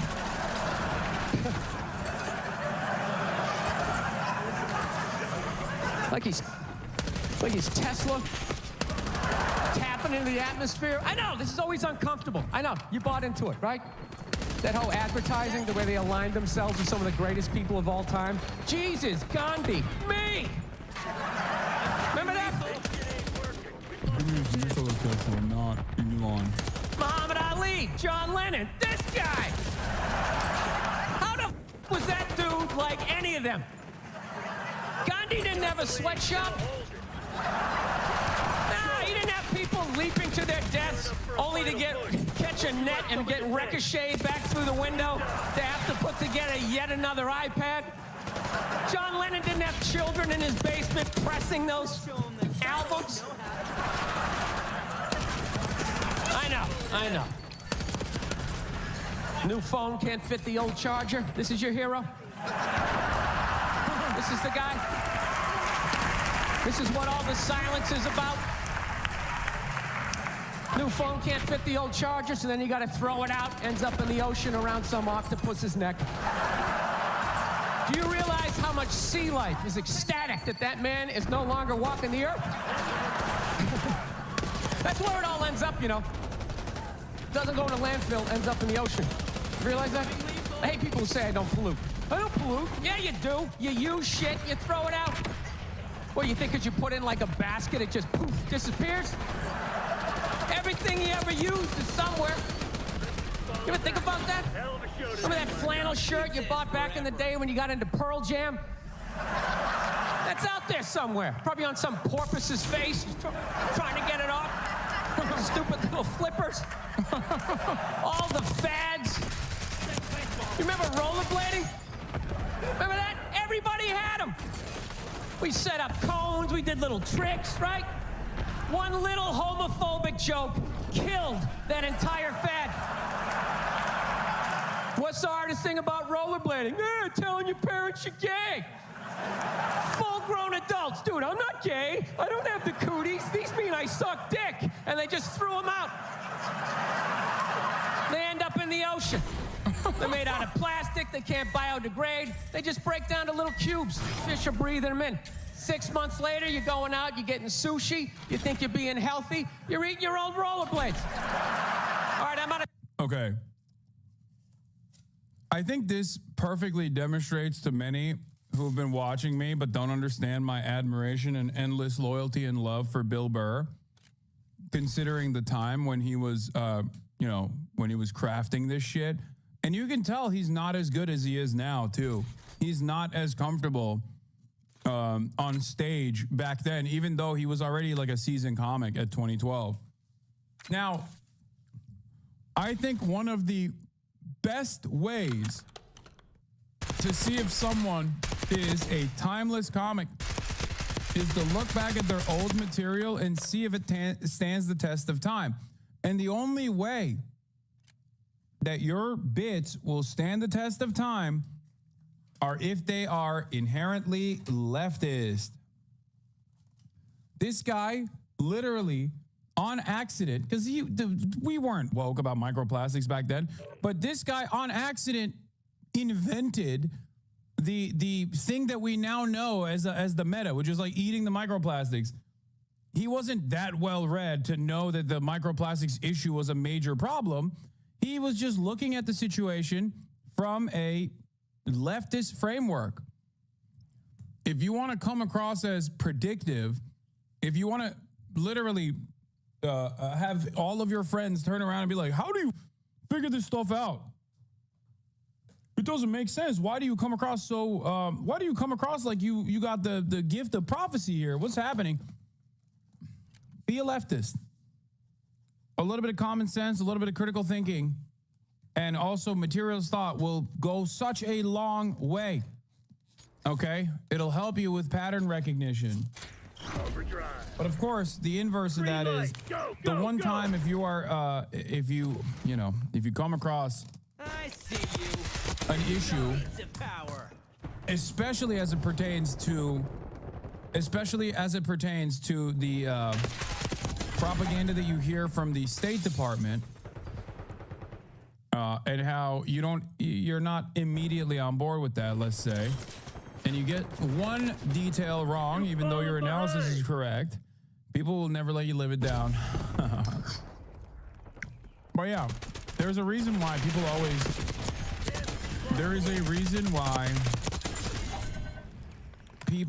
always go back to like the old Simpsons and go, dude, why is the old Simpsons predicting this? Why is the old Simpsons predicting that? Why is this old Simpsons is crazy? It's because back then they had a leftist position. It's not as informed now, and they've definitely shifted their attitude. We got the lead. Now hold it. But if you want to understand good comedy, timeless comedy, look to people's old work, see if it stands the test of time. Bill Burr is having a rant. This is towards who? This is towards Elon Musk. Is this the one that you? Musk, I don't know if he's on a podcast, but I don't know what. Yes. Is this the one? Oh, they're so mad at Bill.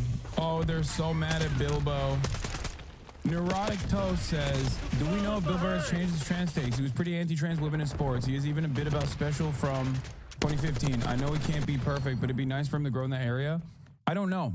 And I don't remember his takes on trans women in sports or anything like that. But you know, there's always going to be some shit. It's not appropriate. I'm not saying that it's like allowed or whatever, but there's going to be imperfect allies in general.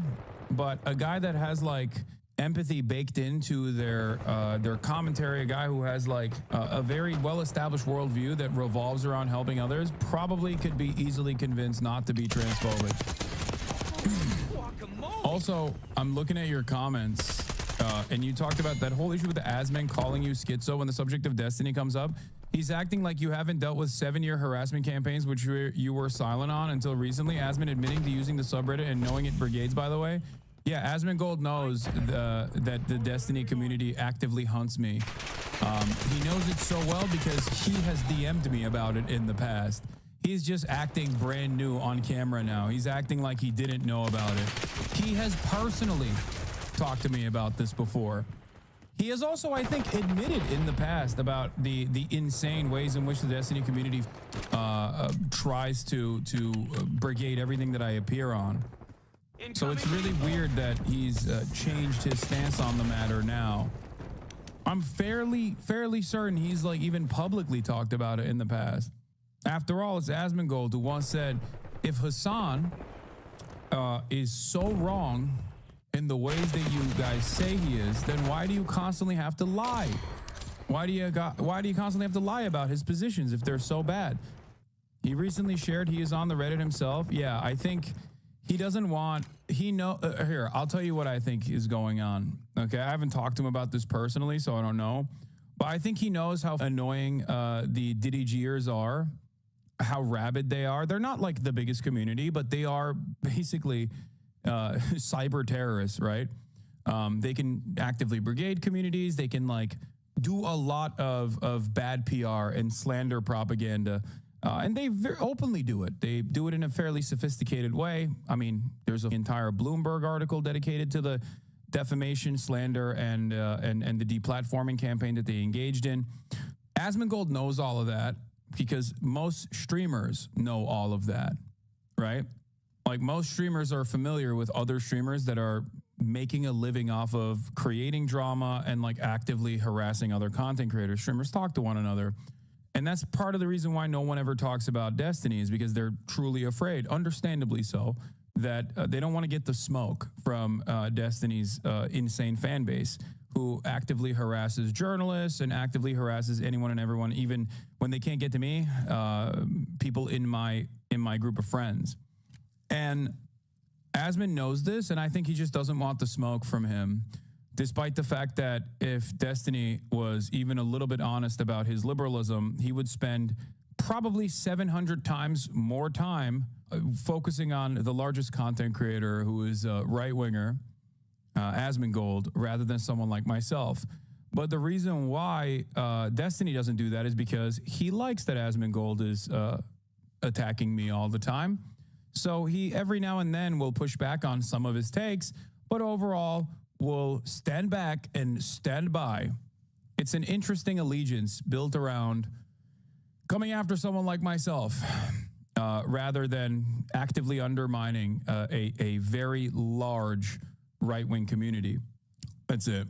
Like, think about how many videos someone like Sex Destiny has done on a person like myself who is supposedly very close to me in our worldview, right? He's a liberal, I'm a leftist. We should agree on more than we disagree on, right? Now, compare that to the largest right-wing content creator and how much he talks about the largest content creator in the same vein, in the same, with the same exact angles of attack. And you realize that it's almost quiet, you know? If 20% of your output is directly on someone who you have ideological closeness to, and it reaches nowhere near that standard when you're talking about a dude who's much larger than me, then maybe you don't have any sort of real political dog in this fight. and you just simply are carrying out a personal vendetta against the person that you are upset with, and you're using politics as a weapon to wield in the process to actively recruit larger people, actively recruit a larger audience, make it seem like this is a political battle that you're fighting, to normalize common sense liberalism. Me too, I hate this bullshit train. It's not up to Hassan anymore. He's getting it from more than 7 people at this point. Yeah, it's there are a lot of people online who I think spend a good deal of time claiming that they're liberal or centrist and apolitical, that focus all of their efforts on being like, this is a bad guy, watch this guy. They never have that same critical lens for others, interestingly enough. And it's just weird. I don't know. Even when they have very clear ideological differences in opinion with others, they sometimes align. Sooner or later, though, those people often show their cards, show their worldview. Anyway, what is Bill Burr built? Bill Burr torched over Elon Musk Nazi comparison. Let's take a look. One, Rob? Yes, it's from his podcast, Monday Morning Podcast. Okay, go. How long is this clip, Rob? This is about 1 minute and 37 seconds. And just so you know, this just broke news yesterday and today, but this clip actually came out on the 17th of February. So this has been out there, just nobody reported on it, which goes to show nobody's listening to Bill Burr. Play the clip. I'll tell you what's funny. I made fun of the Twitter guy for Sieg Heiling, not once but twice, and I never look at my emails. I was scrolling through my emails, and it said my Twitter account had been flagged for I don't even tweet anymore. It had been flagged for what a baby, just like Hitler, a baby. How about the fact that the Twitter guy he's not even from here. He's from South Africa. He comes to this country and wants to turn it into a dictatorship. He doesn't feel that we deserve democracy. Can you just imagine doing that? Going to another country and Vinny? And just what happened, Rob? I've decided. What happened? Yeah, he doesn't mind living under a dictatorship as long as he's on the good side of it. Laminated face. Because that's another thing. All of these people that are into Hitler, you know what I mean? And like look at this guy like he was some sort of hero. The guy's one of the biggest cowards ever. All the pain and all the suffering that guy's caused, and the war crimes the Allies had to commit, firebombing cities to get that. When it came time for him to pay the price for all the suffering he caused millions and millions and millions of people. He faced the music? No, he gave himself a nice, quick, painless death. Vinny, I'm going to ask you the question on Teed Up For You. Well, what? We had a poll. Is Bill Burr a top 10 comedian? You said yes. I was like, no way. Yeah. No way. Bro, I don't know. I wasn't around when George Carlin was obviously popping off in the 90s, but I wonder if there was a similar like right-wing movement against him. I know that he would sometimes appear on television shows where right-wing commentators would attack him, but of course now those same right-wingers will look back at George Carlin and be like, he's on our side. He's a right-winger. He's hated woke. He's totally on board with everything that we're saying. But I'm sure that there was a similar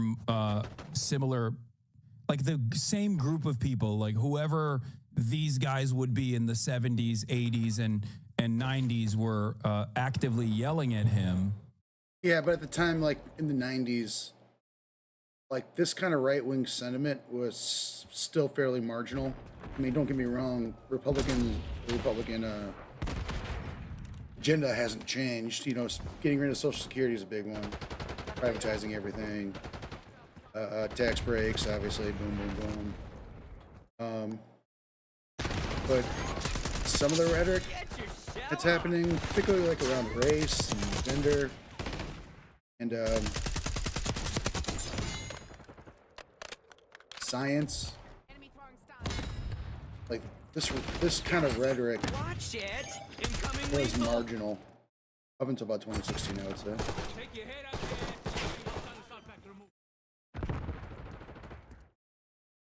Might be wrong though. Sorry, I'm just playing Call of Duty.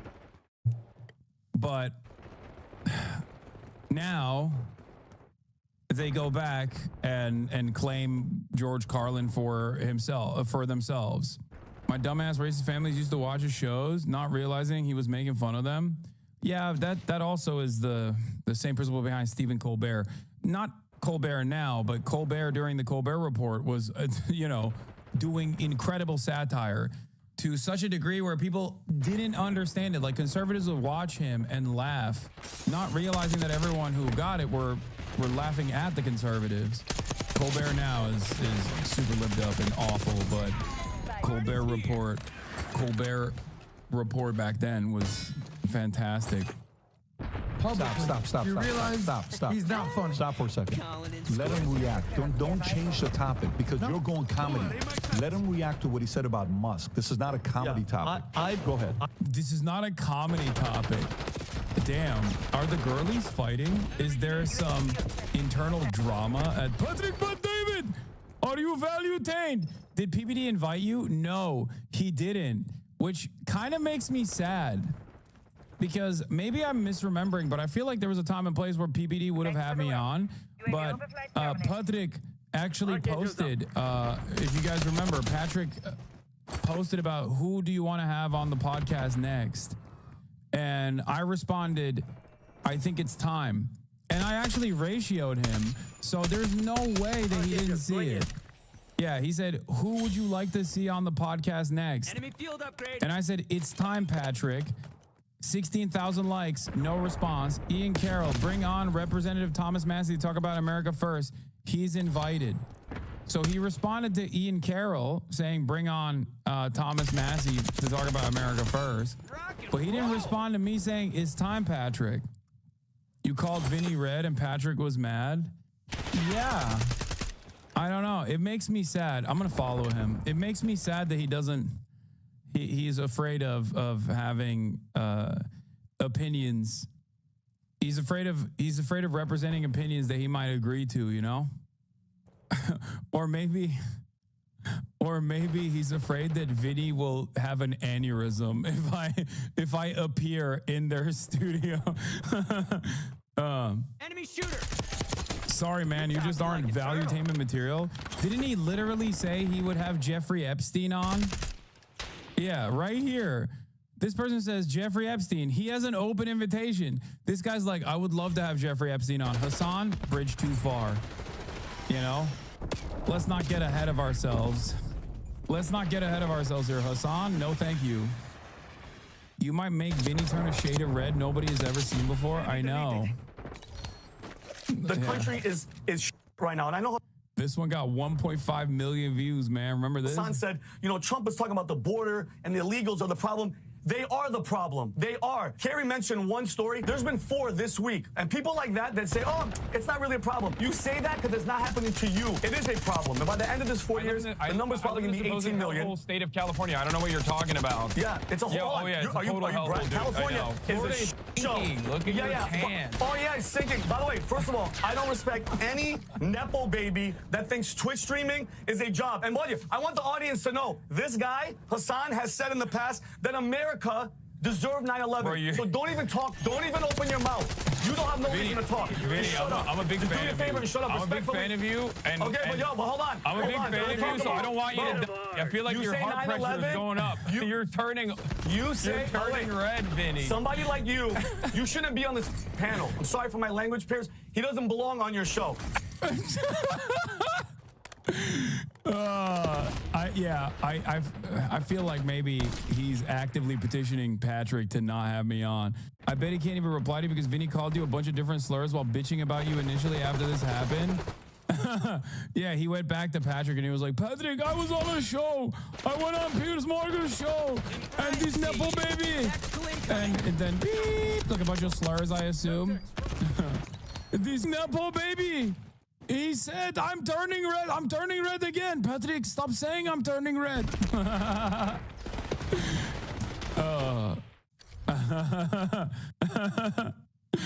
Oh, God. I love this guy. I love him. I love Patrick Bet David. I love Valuetainment. I wish they would notice me. I wish. Well, Vinny has noticed me, but I'm saying mission objective. Yeah, also, oh, this guy says Twitch streaming is a job. It's like, bro, you're a podcaster. You're the second in command of a podcast. You're not even like the primary podcaster. You're part of the paid peanut gallery. Sundara Vinny got bashful when he saw you. Yeah. I'm the first mate of Valuetainment. I'm the sidekick. It's great. I love him. I really, really want to go on Patrick Bet David now. I followed him. The ball's in your court, sir. Born in Iran, made in the U.S., half Armenian, half Assyrian. Anyway, in my headcanon, Patrick won't have me on because Vinny will die because of the aneurysm that he has if he sees me in the room alongside his goat, Patrick. So for that reason, it's okay that I'm not, I don't want to give Vinny a stroke by appearing in the same room as him. So that's why it's like, for Vinny's safety, I'm fine not coming on the stream, I personally don't know what happened to Bill Burr. Okay, maybe it's his wife. Now, I'm glad that we started off this conversation by showing you what Bill Burr was saying in 2012. The reason why I like that is because now these are fake fans, okay? Because old Billy Bitch Tits was saying exactly these same things even back then, okay? And Bill Burr also has been married to the lovely Nia for decades at this point, okay? For decades. So when they also try to say like, oh, he married the DI wife or whatever the these dipshits say, which is like insanely racist to say about another human, like, I cannot comprehend how you got, like, how do you, the audacity, just like the lack of shame when you just basically say like you have a DEI wife because your wife is black. Like, how do you not feel embarrassed when you just like substitute the N-word for 3 letters? Like all of a sudden it just like is appropriate. Like the audacity to just like say something so ruthlessly, so gross, so racist, so ruthless. But in any case, not saying that that's what Vinny is going to say here. I'm just, saying that this is what I've seen. This is what I have seen from conservatives who want to figure out why Bill Burr has changed. And they just like falsely assume that it's because he has a black wife. But real heads know old Billy Bitch Tits has been not only a Patrice O'Neal close friend, and also has been married to the lovely Nia for quite some time. So, wife, maybe she's in his ear, maybe it's something else, but the signs are... Oh, never mind. I spoke too soon. He did bring up the wife. Okay, got it. There, funny story. So back in LA, the pandemic's over.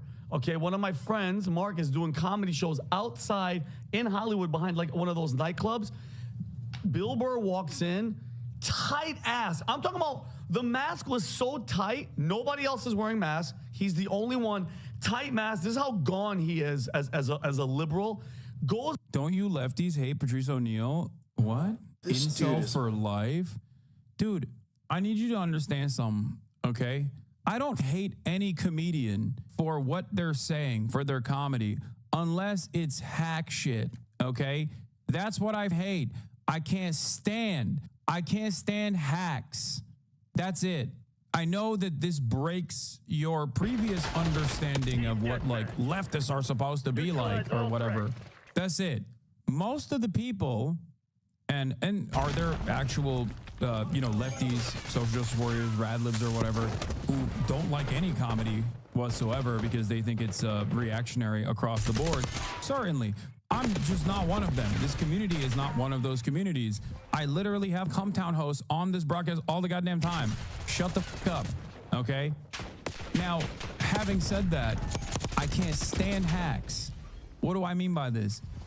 Bad comics who try to talk about race-related shit or touchy subject matter, if they're bad, will oftentimes flop spectacularly and will then rely on the shock value of the statements that they're making rather than being able to find and craft the humor in being able to broach subject matter that is otherwise delicate, okay? Subject matter that is hard to cover in a humorous way.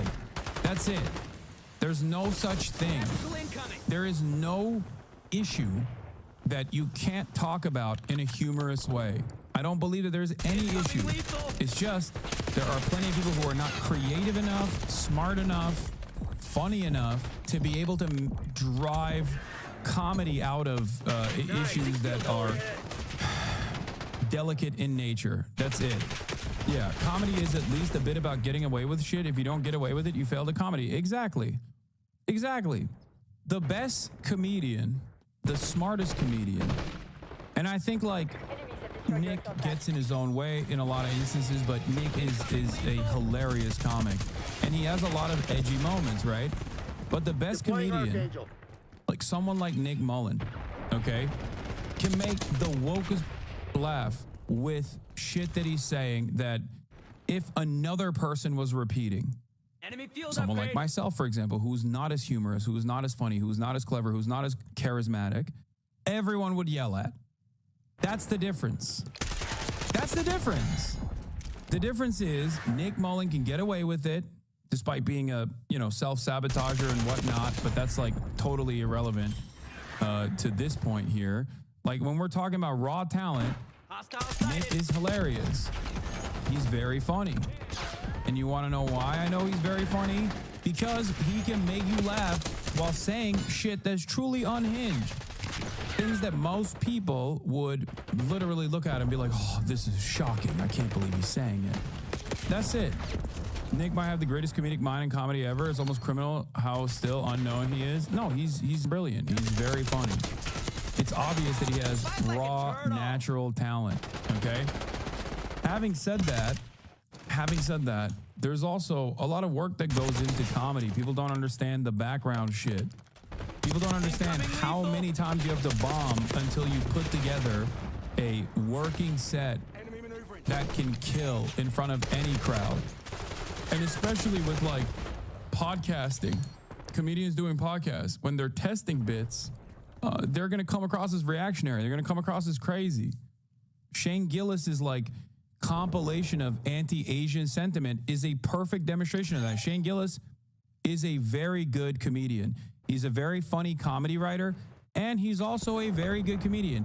I don't give a fuck that people say he's a hack in this chat, okay? He is. Especially in the current field of comics, Shane Gillis is absolutely in the new generation of comedians. Shane Gillis is at, he's in the top 20 easily. But if you know him only from his worst moments where he's like very obviously bombing on his own podcast as he's like attempting to do humor and actually engaging in like hacky ass bits, then yeah, you're gonna think he's a reactionary person, he's a bad person, he's racist, blah blah blah. Okay. First time I've ever disagreed with you, Shane, is rough. Different strokes for different folks, everybody. I'm just telling you what my opinion is. Okay? Because comedy, just like every other art form, has, comedy, just like every other art form, is very subjective, okay? And a lot of people don't understand that because they think because comedy is like spoken word and dissecting social issues, that they think it actually is like philosophical or I don't know, it's political commentary technically. Like it's not, okay? It's not. It's just the ultimate purpose of comedy is to make you laugh. That's it. Wait, you're saying Shane Gillis is top 20 of all time? No, I'm saying Shane Gillis is top 20 in this generation of comics. In this generation.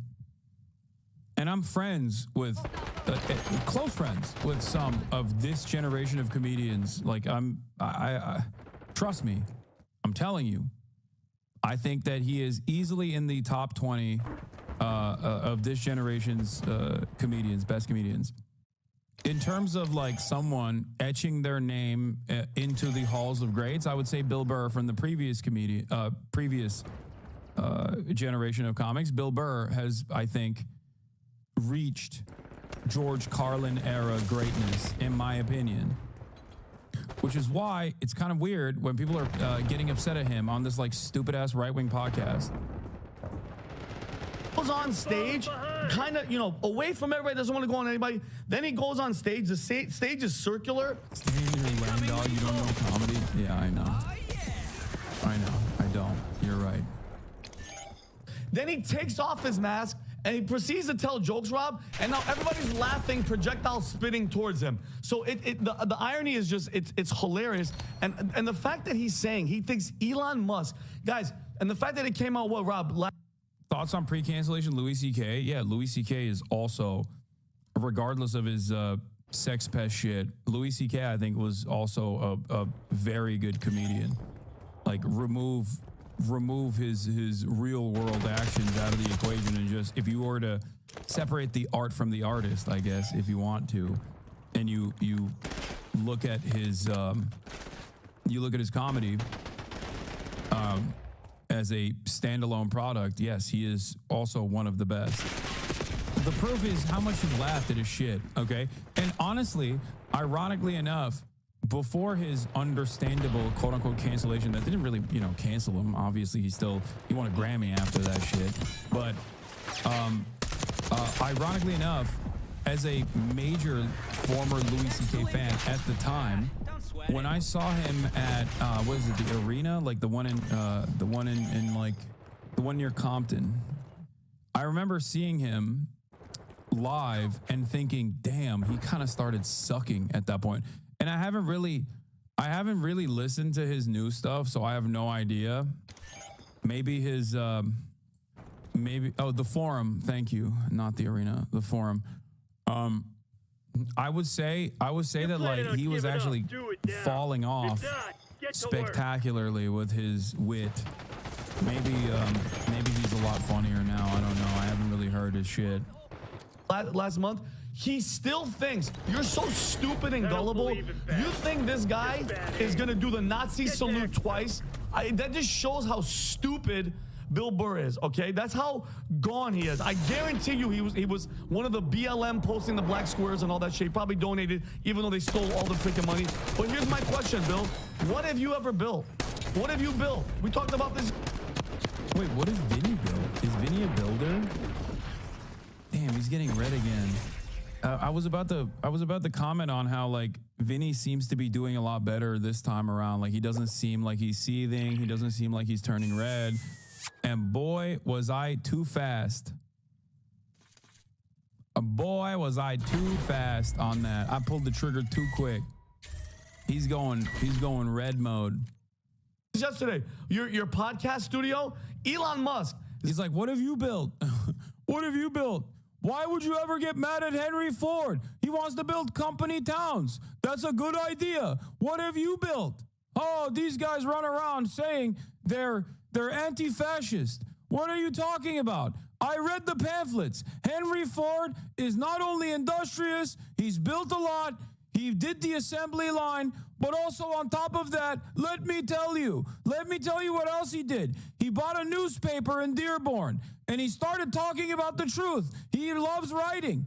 Why are you shitting on Henry Ford, calling him a Nazi? Read his pamphlets. He wrote a lot. 1,800 pages on Jews. These wokes, they're coming after my industrious entrepreneur, Henry Ford. Zip2, PayPal, SpaceX, Tesla. Bro, he didn't like invent any of those things. What are you saying? It's so stupid. Yeah, it's awesome. Being a rich guy is awesome because you just get called an inventor of things you bought. You know what I mean? Like, ain't nobody thinks, bro, no one thinks, what's his face? Berkshire Hathaway, guy who drives a Subaru still and eats at McDonald's. He's a freak of a different kind, the billionaire. What was his name? I can't believe I'm forgetting his name. Oh my God. Warren Buffett. Nobody's like, oh, Warren Buffett, he invented Coca-Cola. No, he just like bought into it. Okay. He's just like, it's so stupid.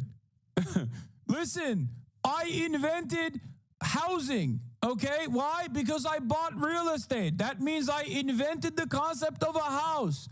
I invented the concept of shelter. Warren Buffett invented houses. He's the original founder of SpaceX. It doesn't matter, dude. What are you talking about? You think he's the one who's designing the spaceships? What are you lost in the marketing? Really? It's all marketing. That's all it is. Do I have to go back to the Bill Burr bit from 2012 again about Steve Jobs? Is that what I have to do for you to understand? Like, it's just, you're not personal. These guys are not personally inventing shit, okay? They just sit there and go, invent this thing. Solar City, OpenAI, Neuralink, helping people that can't move any of their freaking limbs talk and type on a computer. All right? The Boring Company, XAI, and the list can keep going, okay? And he bought Twitter so people like us can actually speak out, Bill, not like the one that had before that was actually treating it like Nazis, kicking people off the platform and censoring people, okay? Meanwhile, he's sitting over there and you're talking shit about a guy that's revolutionizing the world, changing the freaking game. Oh my God, bro, I'm sorry. If Vinny was my dad and I saw my dad suck off a dude this hard, I don't know what I would do. Like, this is not on some no homo shit. Like, I'm not even saying like, oh, I'm homophobic. Like, this is like, you have reduced yourself to a degree where you are no longer human. You have become machine, a dick sucking machine. Like, you literally are just like, I am no longer a man. I am but a mere vessel that inhales Elon's dick. I am but a mere vessel that needs Elon's dick to breathe. It's like oxygen to me. I need it. If I don't have it every waking moment, I will die. I will perish. Wow. He's like, I am literally a Tenga for Elon Musk. Sir, please. And let's not forget who Bill Burr is. He was at some sneaker thing, Rob. You can look it up.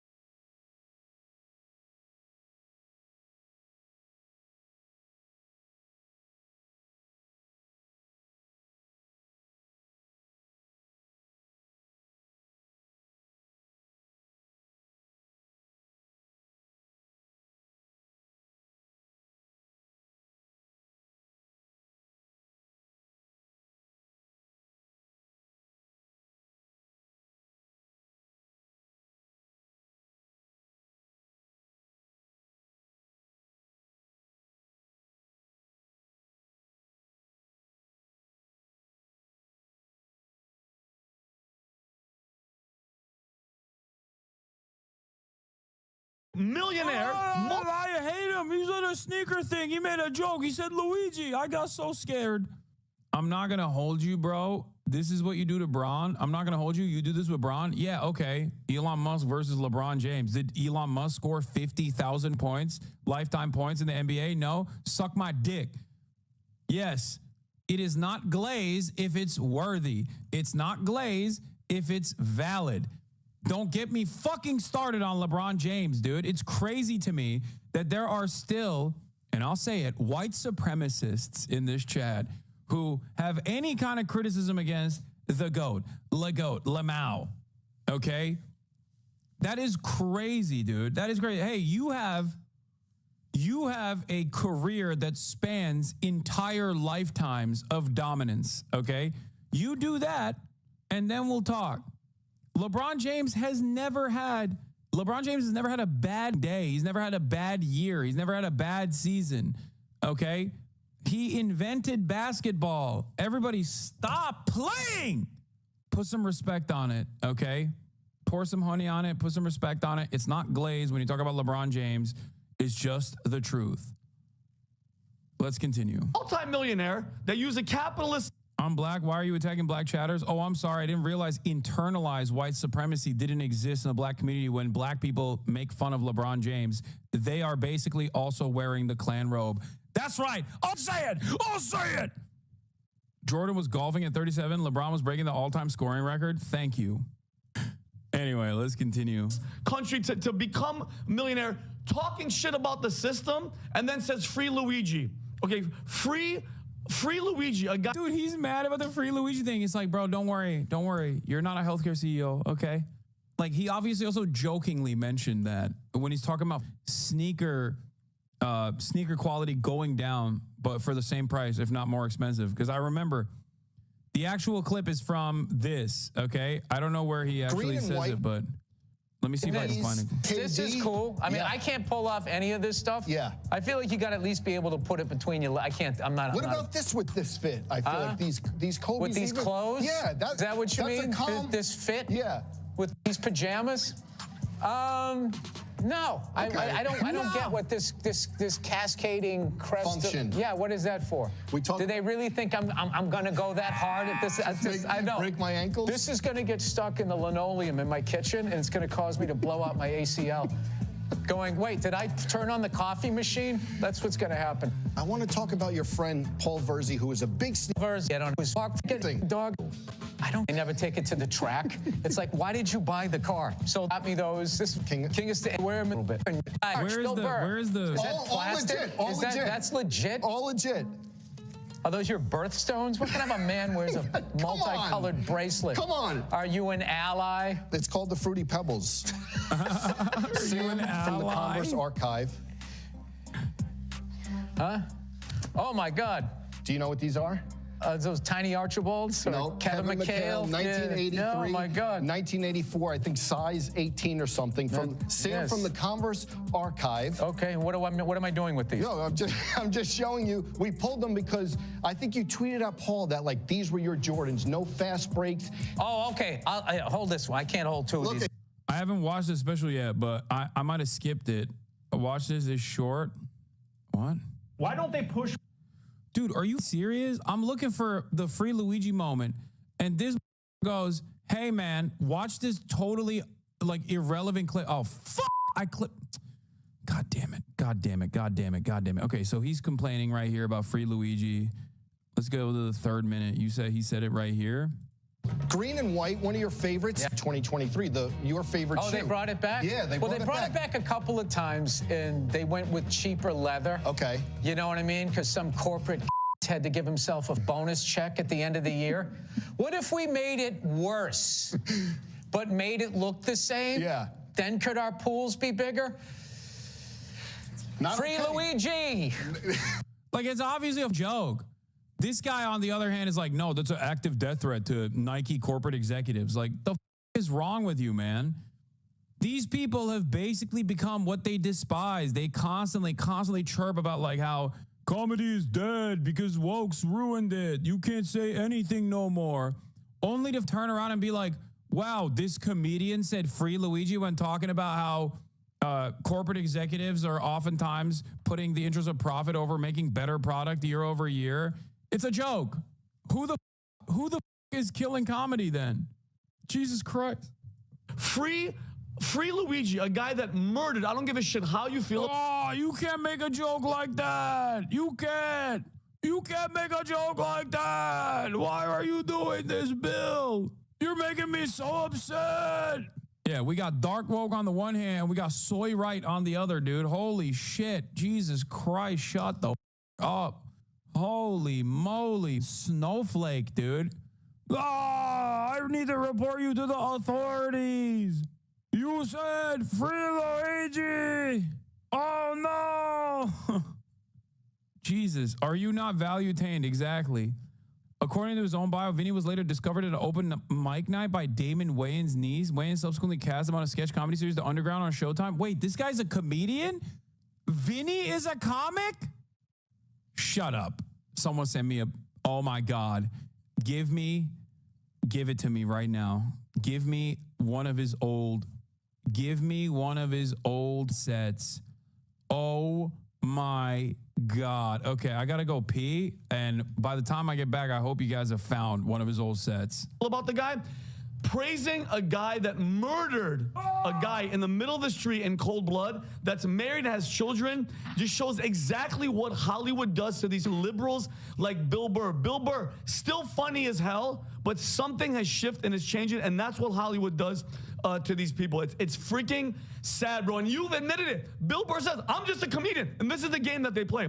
I'm just a comedian. Don't take me serious. No, you open your mouth and you talk shit, so people are going to talk shit back to you. And he said this before. Bill knows this. He goes, I don't read. Maybe you should start reading, Bill. Start reading a book. Open up a book, because he sounds like a freaking idiot. Moron. Tom. I think the last part of what Vinny just said really resonates with me. If you're going to be a comedian, there's a difference between satire and obvious humor and a rant. And when you make a rant, which is like you're publishing your opinion on the inside of the LA Times. When you make a rant like that, then you're going to face the music of the consequences of your rant, because people are going to say, wait a minute, that's not your comedy, that's your position.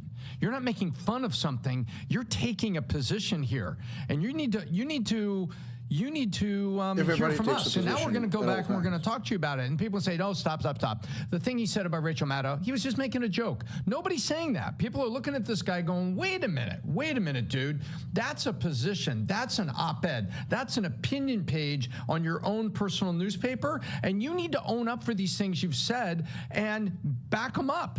Are you going to back him up with the facts? Are you really going to defend that position? Is that where you want to go? Is that the guy that you're going to have club owners saying, well, let's see if we can get Bill in here tonight? Is that the guy? You know, I don't know. I don't know if the audience is going to eat that dog food.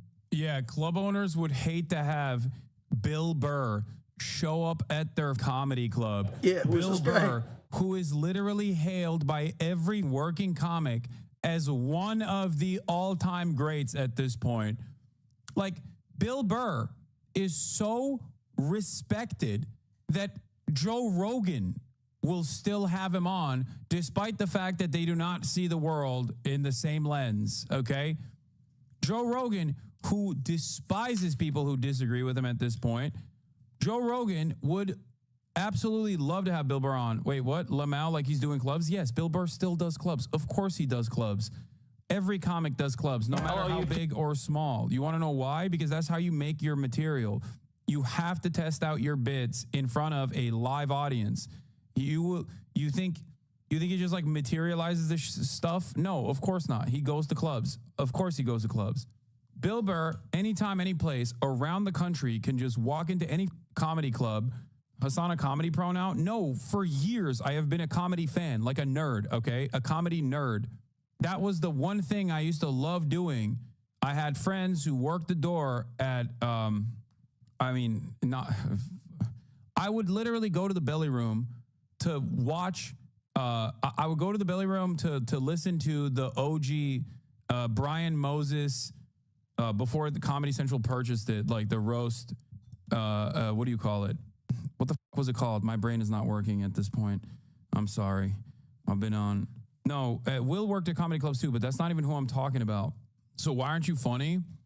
Because I know my limitations. Like, I'm just not a funny guy. I love comedy. You don't have to. You can, yeah, roast battle. Thank you. You.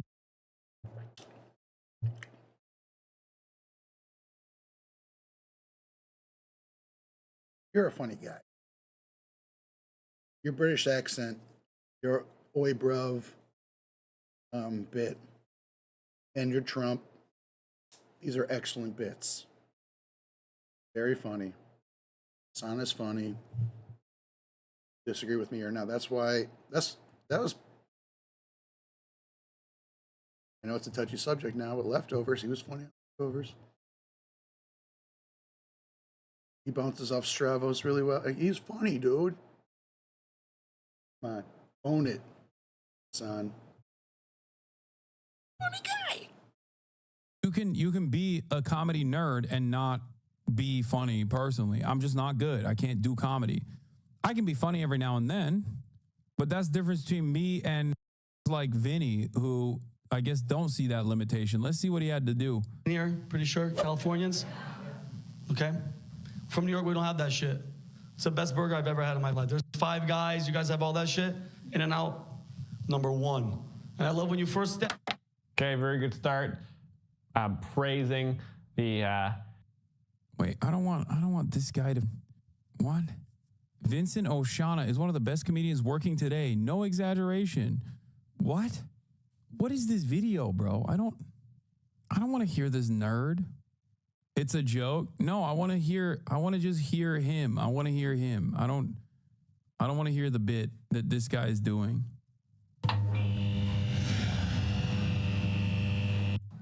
Oh, Laugh Factory instantly. Nothing good comes out of that background, okay? I don't like Laugh Factory in any I'm not a Laugh Factory head. I don't like it. But let's hear what he had to do. Let's see his best moments in front of that backdrop.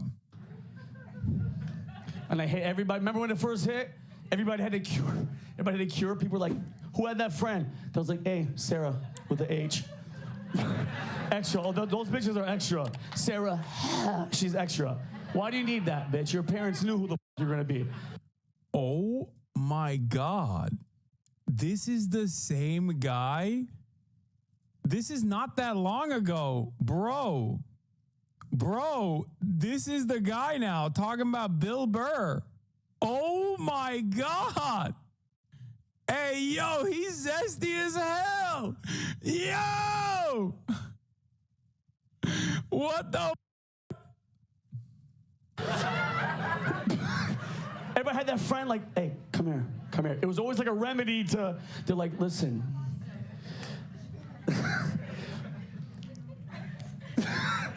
Take an avocado. Right? Cut it in half. I'm like, bitch, I'm broke. It's a pandemic.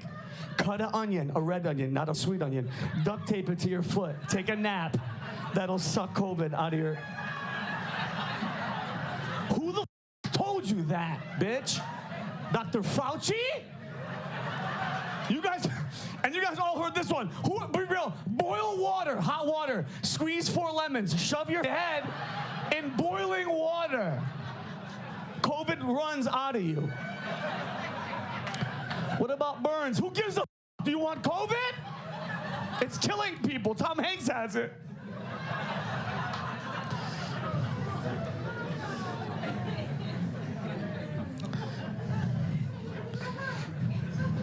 I got new ass. Who the new person during the pandemic? That's hard. Gangster. Nah, not you. I respect that. You were kind of slow with it because you're like, I want somebody else to. And bro, I hope this girl, oh, gorgeous shit. I met her online. I'm a gamer. I play on Twitch. Vinny O'Shawn. I'm playing. Met this hot. What? Yo! He was a Twitch streamer! What is going on? Yo! Oh my God. Oh my God. Now I know why Vinny hates my ass so much. Oh my God. We need to find his Twitch VODs. We need to find his, oh my God. This is a story that contains multitudes. This is getting better by the second. Holy moly. He's not bombing, at least good for him. I mean, he's not. Having said that, however, this isn't exactly great comedy, okay? This is the guy who said, this guy said Twitch streaming is a job. Yo, Vinny Oshana here. I'm a professional comedian and an unprofessional gamer, U.S. Air Force veteran, 800 followers. Currently a comedian and actor living in the City of Angels. Thank you all for following me and enjoying my content. For donations to help with LA rent. He had his PayPal. Wait, has he written stuff in here? Hold on. This is the final stage. No way, right? No shot. Oh, bummer. His top clip. It's at 38 meters, 156, right outside this window. Oh, okay.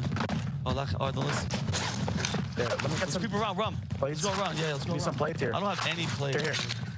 Run. All right. Okay, yellow. Follow me. Oh, here's someone in here. Come here.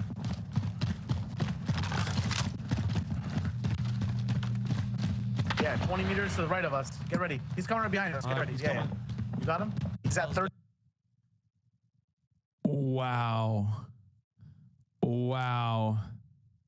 What up, Queen Fat Hat? You know what? Everybody that's new gets to see my little nip real quick. Yeah. Two dubs, two different games. This is crazy, dude. What up, Queen? Good night for dance. Oh yeah, we're gonna go. Let's catch this dub. Let's go back to back. Yeah, it's like nobody, like, bro, people trip out over. Trigger Tree Suckers duel with Vincent Oshana. Oh, I mean, this is Eric Griffin. He's a comedian as well. He's been on some shows.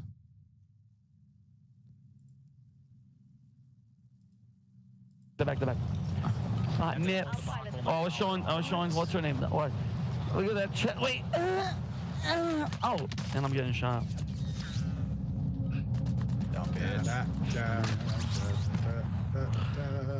Yes. Nice clip. Who does he follow?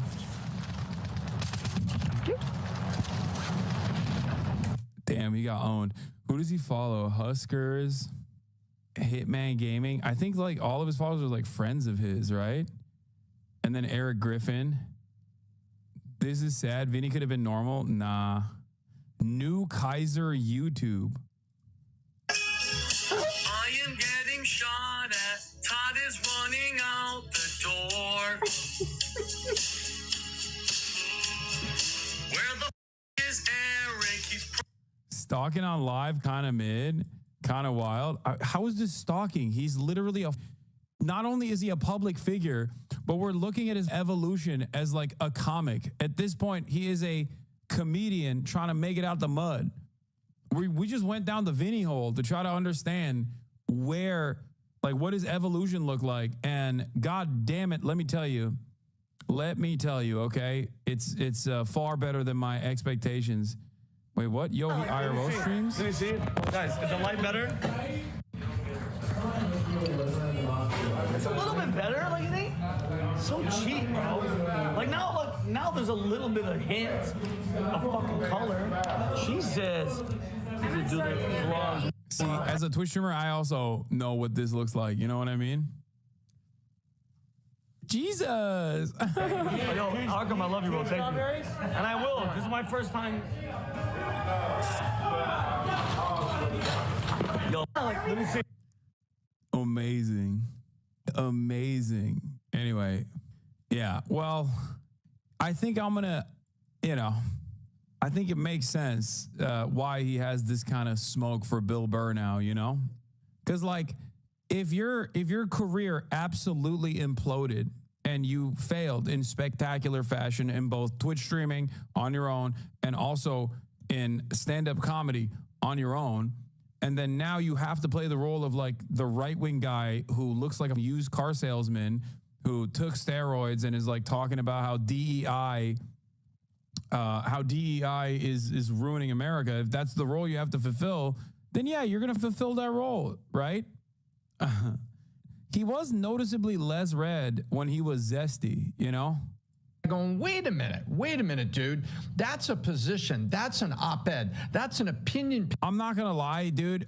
History is riddled with failed artists who become monstrous villains of society. It is kind of wild how consistent that shit is. It is mind-boggling. Is that the guy? You know, I don't know. I don't know if the audience is going to eat that dog food. And there's a hell of a difference between, I was funny, I was a comedian. What happened to when he went on a rant like that in Philly? Michael Seinfeld. Michael Richards. Michael Richards. He lost it on stage and went on a rant. What did Jerry Seinfeld say? Sitting with Letterman 2 days later, they looked at the clip, they bleeped it, and Seinfeld turns to Letterman and said, you can't do that. That's not the act. You can't do that. And I think I'm quoting him exactly when he turned to Letterman and says, you great can't way do he that. handled it. Yeah, that's a good point. I remember that. Adam, your thoughts? Well, sorry to make you apologize, but I think we're on the same. I'm not apologizing for anything. I think Bill Burr is still. Listen, him being hilarious. There's bits, Adam, as a comedian. There's bits that will live forever. Bill Burr's specials were brilliant. Something shifted. He changed it. And like, for instance, Bill Burr's attitude has, as we've shown already, you're a fake fan. You're a fake fan of comedy. Okay, you're a fake fan of comedy. By the way, Adam is another failed comedian. Shut up. That other guy is also a comedian. What is Patrick Bet-David doing? You know how like Mark Zuckerberg got hit with the Dominican Ray? Patrick Bet-David hits these guys with like old creepy pastor or used car salesman rays. I just don't understand. How did these guys become these people? To say Free Luigi, do you know how stupid and ignorant that is? The guy was shot. I don't give a how you feel. He was shot and killed. The guy has a family. He has kids. They're gonna have to. Yeah, dude, you suck at comedy. Okay, I'm sorry, but that much is clear to me. All right. Be up fatherless, and for the rest of their lives, their father was. And that footage is out there of him getting murdered. And you're out there trying to be funny, saying Free Luigi. You're not just a comedian. So when you talk shit in this game, people are gonna talk shit back. It's stupid. So I'm not apologizing for anything that I've said or changing my stance. He's hilarious. Okay. He's hilarious. So, and I'll be real quick. There's a difference between... Didn't Vinny call you out for being a Twitch streamer on Piers? Yeah, he did. This guy thinks Twitch streaming is a job. Yeah, not for you, bitch. We saw your Verdansk streams, okay? Good, great, and the GOATs. So, in my opinion, he's a good comedian. He's had some good bits. He's not great, and he certainly ain't a GOAT, and he's certainly not in the top 10 of all time. Real quick, I'm just jotting down names that come to mind. Dave Chappelle, George Carlin, Richard Pryor, Seinfeld, Cat Williams, Chris Rock, Eddie Murphy, Rodney Dangerfield, Louis C.K., Patrice O'Neal, Andrew Schultz these days, Shane Gillis, Tom Segura. These guys. Bro, I'm sorry. You can't say Andrew Schultz, who I know personally, okay, and even Jerry Seinfeld. Like, who the f would agree to that? Well, and not say Bill Burr is not in the GOAT.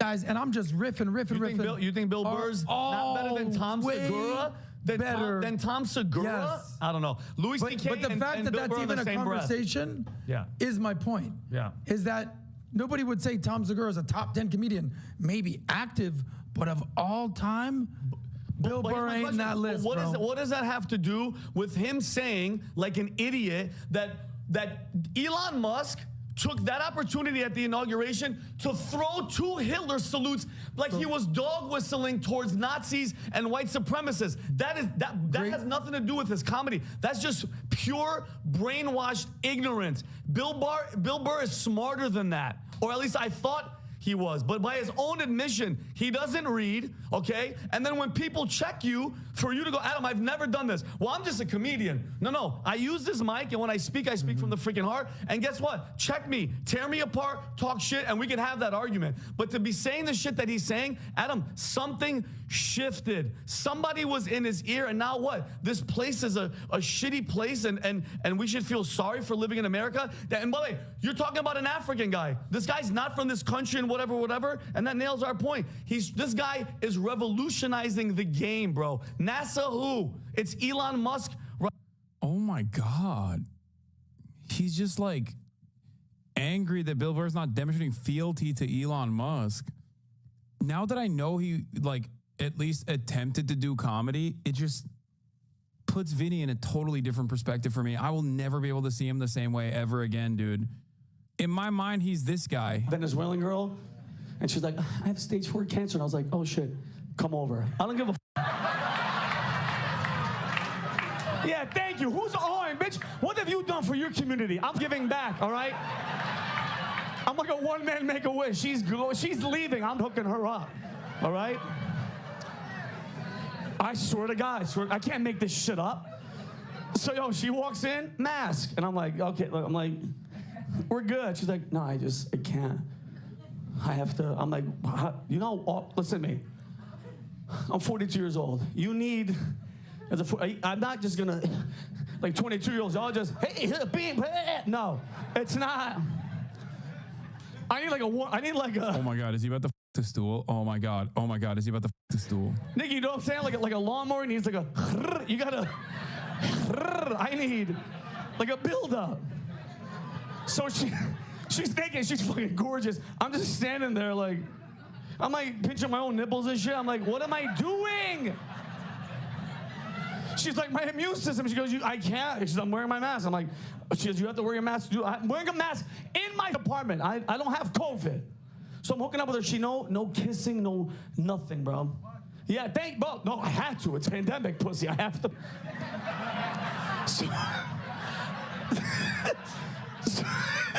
So I swear to God, I'm hitting a doggy style, bro, and I can't breathe. I hate masks. I don't know how he's doing it. I don't know how.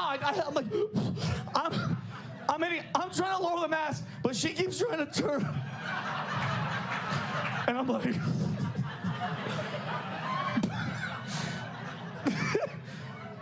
I'm about to pass out. This bitch has the audacity to be like, harder, faster. I'm like, bitch, I'm gonna die. I don't have a snorkel. Help! Faster, I'm gonna die.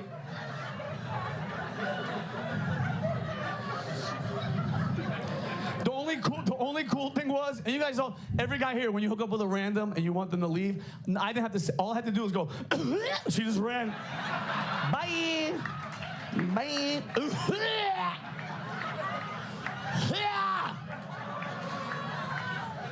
Oh, she left?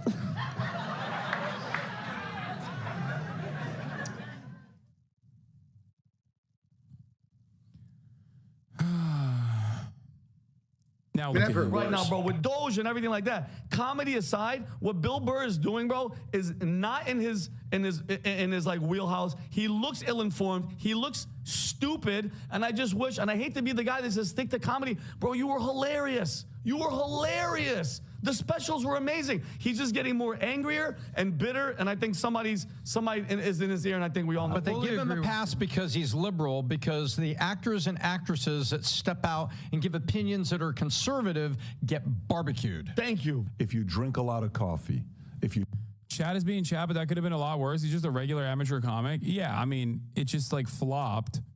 So he turned around and became this like angry little gremlin on the Patrick Bet David podcast, where he just like repeats right-wing talking points.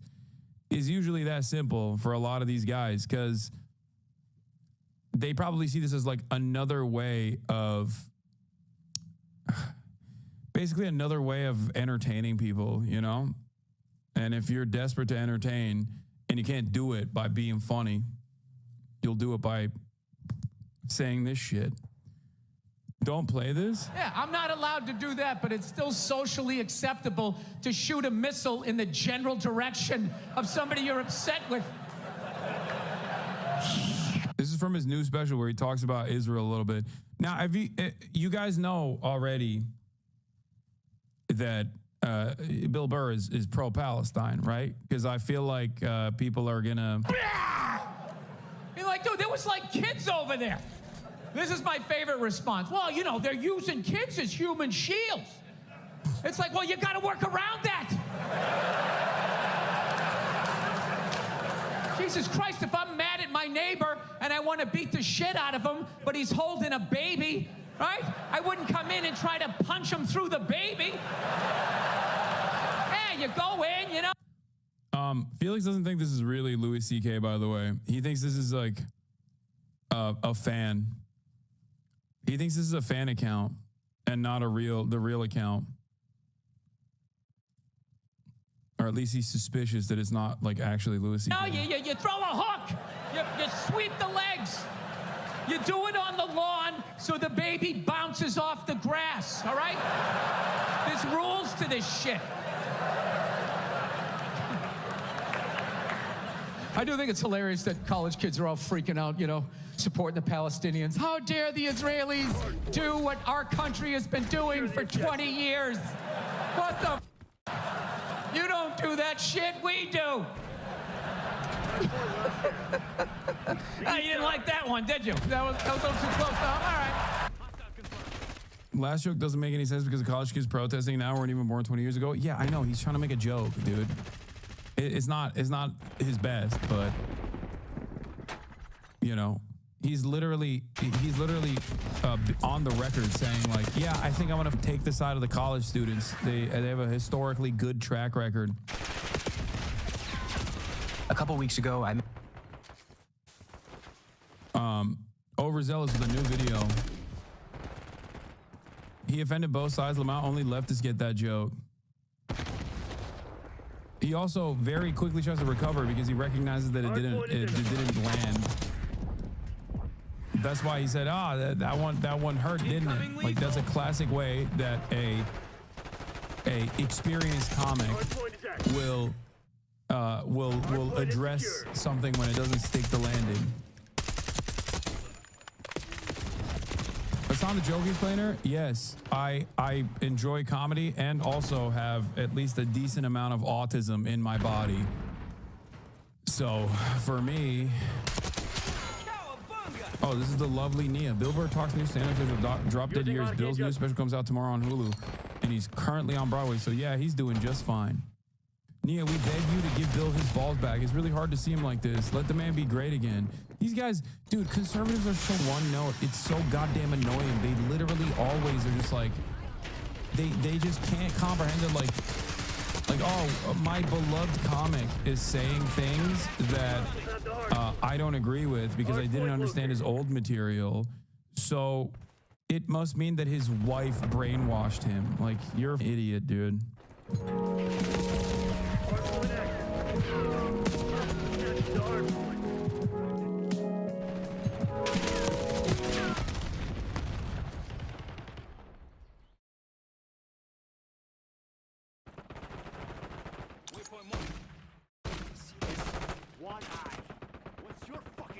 There was a clip that was circulating from an interview Trump did with Cheryl Atkinson, and then I saw nothing else from that interview. And then an unfortunate surprise came across the full interview that I haven't seen really anyone talk about, and it's bad. So I want to go through different clips from this, and then I have a bunch of updates for you as well on numerous subjects. So let's waste no time and get into it. If you appreciate the show, please do click the subscribe button. We start with Trump being asked about the files, okay? They told us we're gonna give you the Epstein files, the MLK files, the JFK files. And then Pam Bondi, his attorney general, released a binder to conservative influencers that was just rehashing all of the same, okay, yes, all these powerful, we knew these powerful people flew on a plane one time, but is there any other information that would be a bombshell? And there wasn't. And then we haven't really heard much else from it. And then the same thing on JFK and stuff like that. Now, I don't believe that there is to be discovered as much as people think. So that's not my interest in this as much. But instead, it's the people who have been running around and saying that all their QAnon conspiracies are completely correct because of the atrocities of Epstein and his relationship with powerful people. It's wild that now their guy is the deep state. Trump is the guy. He's the top of the top of the top. And he then would be the one withholding this information that they think would be revealed. And he also had a relationship with Epstein. And there's just not much of a peep. Some MAGA figures are upset. So let's listen to him again go, focus on JFK. Let's talk more about JFK. There's a lot of intrigue surrounding the release of the Epstein files, Martin Luther King files, John F. Kennedy files. Some current and former FBI agents are saying, some of them telling me, that they feel the FBI establishment came out ahead in the standoff sort of with the New York FBI field office over releasing the records, and your Attorney General Pam Bondi demanding them but not getting all that she wanted. Is that process still on track? I think that's one of the most often questions I've been asked the last couple of days, to release these records on Epstein, MLK, and JFK. All right, so Epstein, MLK, JFK. Let's hear what he decides to focus on. Bondi's done a phenomenal job in every respect, and there could have been some holdback. I haven't heard too much about it, but they could. But the bottom line is the records are getting out. The Kennedy records are getting out. Those are the ones I really wanted to see the most, with the Kennedys. And during my administration, as you know, I released a lot of them, but then a lot of people started coming in. People that I respected, people that worked for the administration, asked me not to release the rest. And I respected that. They gave me certain reasons, but I respected that. And I did say, I must tell you, I said that probably wish I did release the whole thing, because I have no idea what's in there. But since then, they found, and we found, 2,000 more documents on Kennedy. And the one they want most is Kennedy, and it's going to be released. It's moving along, and it's moving along pretty rapidly. It doesn't go that rapidly. Weeks maybe, or longer? I would say weeks, yeah. Yeah, like 2 weeks maybe, like when the healthcare plan comes out. I say weeks. Well, let me switch gears and go to the media next. Oh, it's over. What? What about... What's... So weird, isn't it? Completely skipped past one of them. No, people, they really want JFK. I hear only about JFK. Really, because it's a bunch of your followers lately who've been saying, what happened to that? Hardpoint active. Hostiles have captured the hardpoint. What happens when a content creator, someone with millions of followers, decides to use their platform as a weapon? Not only against trolls or content creators he doesn't like, but also against regular people who dare to criticize them. At this point, you're totally... Here's the thing. We're going to get your IP address. We're going to find out your information. We have forensic, digital... Ethan Klein has an interesting life. You know, go to work and hit the live button in your studio decked out with thousands of dollars worth of film production equipment. Producers left and right to chime in sometimes and hit the technical difficulty screen to save your ass when you say a few things you shouldn't say. I don't know why I thought that. Apparently she did not have sex with Destiny, although it... Maybe recklessly throw around a few claims here and there without anything to back it up. They literally talk about doing psyops, faking posts, brigading, and all this. And I have 4 years of all of his chats. There's stuff in there that will put him in prison. I'm not even fucking kidding. Okay, so apparently he has something to back it up. But I mean, it is kind of hard to trust his interpretation of what he sees, considering that he has proven in the past that he is incapable of interpreting things. He's not exactly the beacon of credibility. I mean, because, like, it's not right. Like, you think you're being the good guy, and like, you're just being a fucking bigot, bro. Oh, and also spread misinformation to your massive platform as you please, because you don't like someone. That's what bad Hezbollah is. It's like a meme. Hezbollah and Hebrew means propaganda. It's like a weird slur that people started picking up, calling just like Hezbollah means like a lying Jew, essentially. It's funny. In this live stream from last night, he mischaracterizes the podcast, proving his interesting imagination. Apparently, Hezbollah means lying Jew, which clearly indicates anti-Semitic implications. Oh, but just so you know, guys, Ethan's telling a lie here. It's just a card Ethan loves to pull at every chance. Something to critique about me? You're an anti-Semite. Hezbollah actually comes from the Hebrew word for explaining. Matt Lieb, a Jewish man himself, by the way, clarified this on his Twitter. You can also just find this out through any Wikipedia or dictionary. And after that, maybe also drop a few bits of information to kind of suggest to your audience that you should go and tell a company, sponsor, or community that you come from the H3 podcast, if you know what I mean. This guy, Matt Lieb, he works for Good Mythical Morning.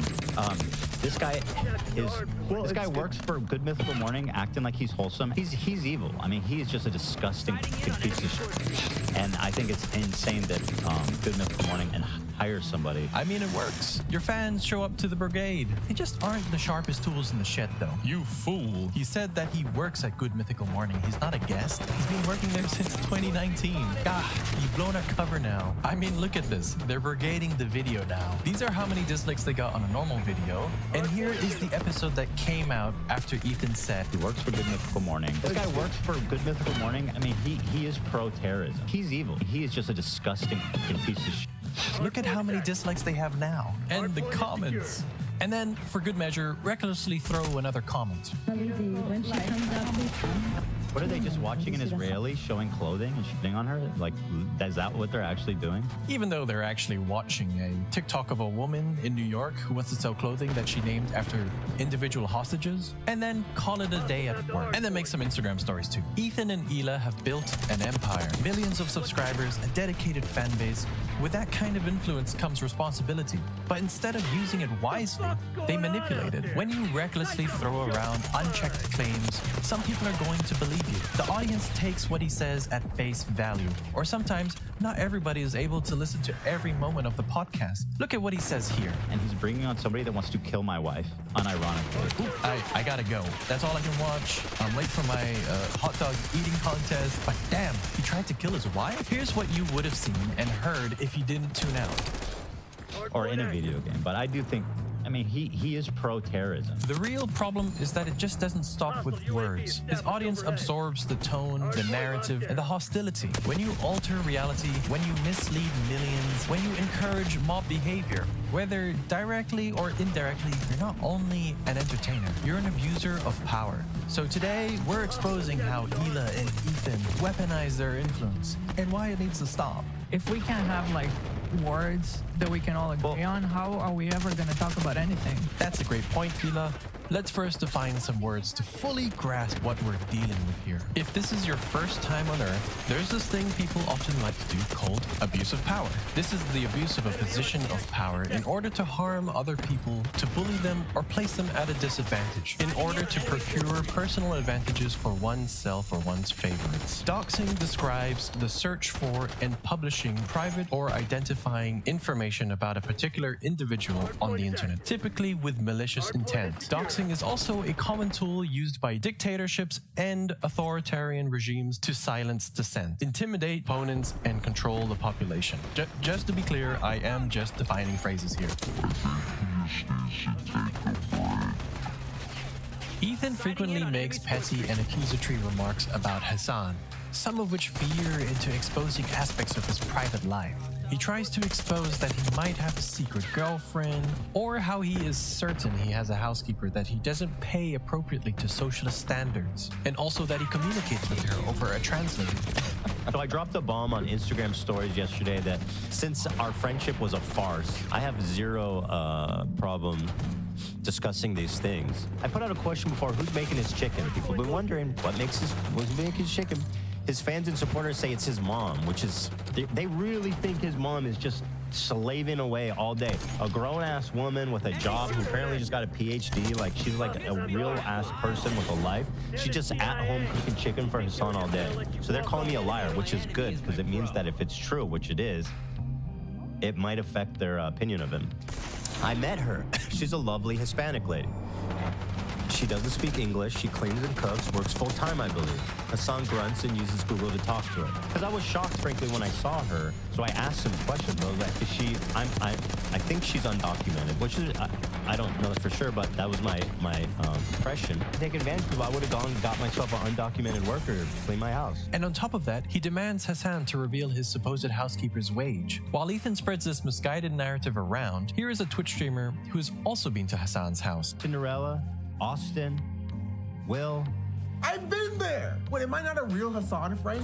Did I not get the full Hassan house experience? Am I not cool enough to meet the enslaved migrant Hispanic, only Spanish-speaking housekeeper who's undocumented? Could it be that Ethan just saw Hassan's mom, took one look at her, and assumed that she's an undocumented migrant worker that can't speak English? I just want to quickly say, I have been to a Turkish household before, and yes, it is absolutely true that a Turkish mother will cook an entire meal for their child, even when their son is like a fully grown adult. But that isn't the point. It isn't about whether Hassan has a housekeeper or not. Maybe he does. Who cares? The real issue is that Ethan is spreading a baseless claim, prying into Hassan's private life in bad faith. Personal matters like this aren't public property, and being a public figure doesn't erase someone's right to privacy, even if these details aren't inherently damning. Ethan is still pushing a narrative to make Hassan seem inconsistent or hypocritical, shaping public perception to fit his own agenda. And then we also have Ethan endorsing harassment towards Reddit employees and their families. Or I'll say this.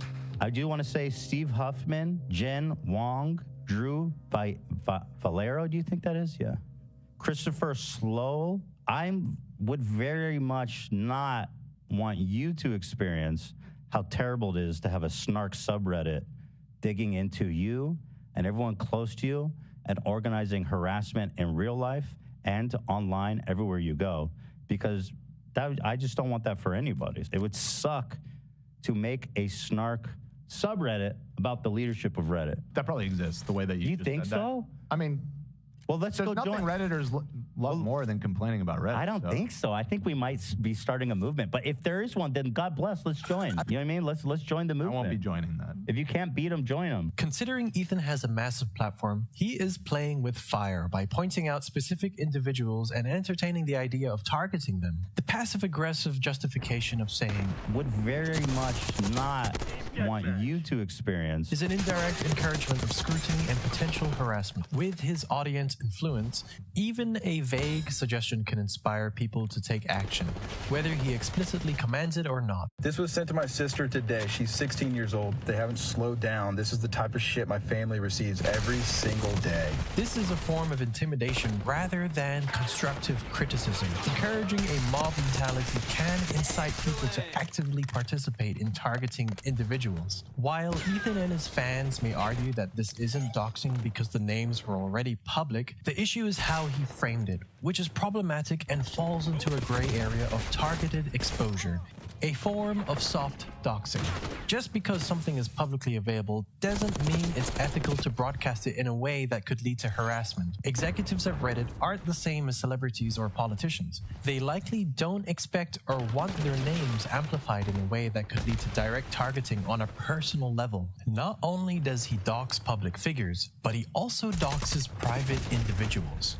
On the 27th of February, Ela Klein posted a picture of the David Starr tattoo. One person wrote, "I used to watch you when you had only 15k subs. Glad that's behind me. Enjoy hell." Ethan then went live on his podcast the next day and scrolled through her comment section as content. Obsessed with you guys when you only had 15k subs. Glad that's behind me. Enjoy hell. This guy's for real. Look this guy up.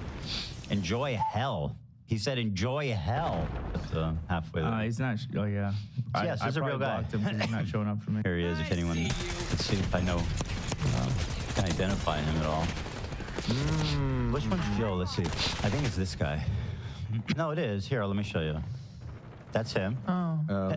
That's him right there. Ethan then calls him an anti-Semite. Trust me, when I see an anti-Semite, I know I can spot him. Wow. And indirectly tells his community to find out where he works and tell his boss and family about it. I don't know if any of you guys know him, but certainly anyone who would employ him, or probably even his parents, would be pretty disappointed to see that, although who knows. This is a clear abuse of power because Ethan is leveraging his massive platform to dox, humiliate, and potentially endanger the private individual over a social media comment. Now, even when the last two words of his comment are not the friendliest of messages, does it justify Ethan's reaction? Ethan knows that showing someone's Instagram profile on a live stream with thousands of viewers invites harassment. Saying, "Let's see if anyone can identify him," is asking their fans to investigate and expose him. And because his audience has a history of dogpiling people he calls out, this makes it an intentional act of incitement. This is a thinly veiled call for his audience to dig up personal information. Encouraging his fans to contact his boss and family is a direct attempt to ruin his life over an edgy comment. And what makes this all the more unsettling to a personal level, he begins to look at his mom's pictures, dragging innocent family members into the situation. Here's his mom. I'm not gonna click that for her. You know what? Kim, this is what you. Here's your mom. I wonder if she knows what you do on social media on your free time. You love your mama. Good thing she's not Jewish, eh, Joe? I love it. I love it. So anyway, best of luck to you out there, Joe. I don't know who you are, but you're an ass, and shame on you. Yeah. And look at his eyes at this moment. I mean, this is quite irrelevant, but look at how he is hyper-focused in, with vacant eyes glazed over this guy's mom menacingly. The silent moments are deafening, And that occasional... I love it. I love it. It's just unsettling. You could submit that clip for an audition to be an antagonist in a movie like No Country for Old Men, and you would get the role. The original comment, while harsh, is still just an Instagram comment from a random person. Ethan, a multi-millionaire with millions of followers, is punching down hard on someone who most likely has zero power or influence. So this makes Ethan's behavior even more blatantly abusive because he publicly defamed a random person, dragged innocent people into it, incited career and social consequences, and potentially endangered someone's life. This is doxing, and for those that believe it isn't, because once again, his profile isn't private or wasn't private at this moment, you have to understand that Ethan's intent was 100% to expose. Actively highlighting his profile in images, zooming into faces, and identifying persons brings attention to personal details that wouldn't normally be so widely seen. It turns a private individual into a public target. He is actively digging for anything that could identify the person. His crew member managed to identify something recognizable and the location that particular thing is in. That he's in front of, that's in... Is that right? Yeah, it's at the... This shifts it from casual browsing to an invasive search for personal details. And Ethan is indirectly suggesting to his audience to investigate further. Even without explicitly telling them to harass the person, it often leads to harassment or threats, which is just what happened. Here is a lovely DM he received from somebody. So shout out to Ethan Klein that my mom, who is an art teacher at an impoverished public school, has to deal with this shit.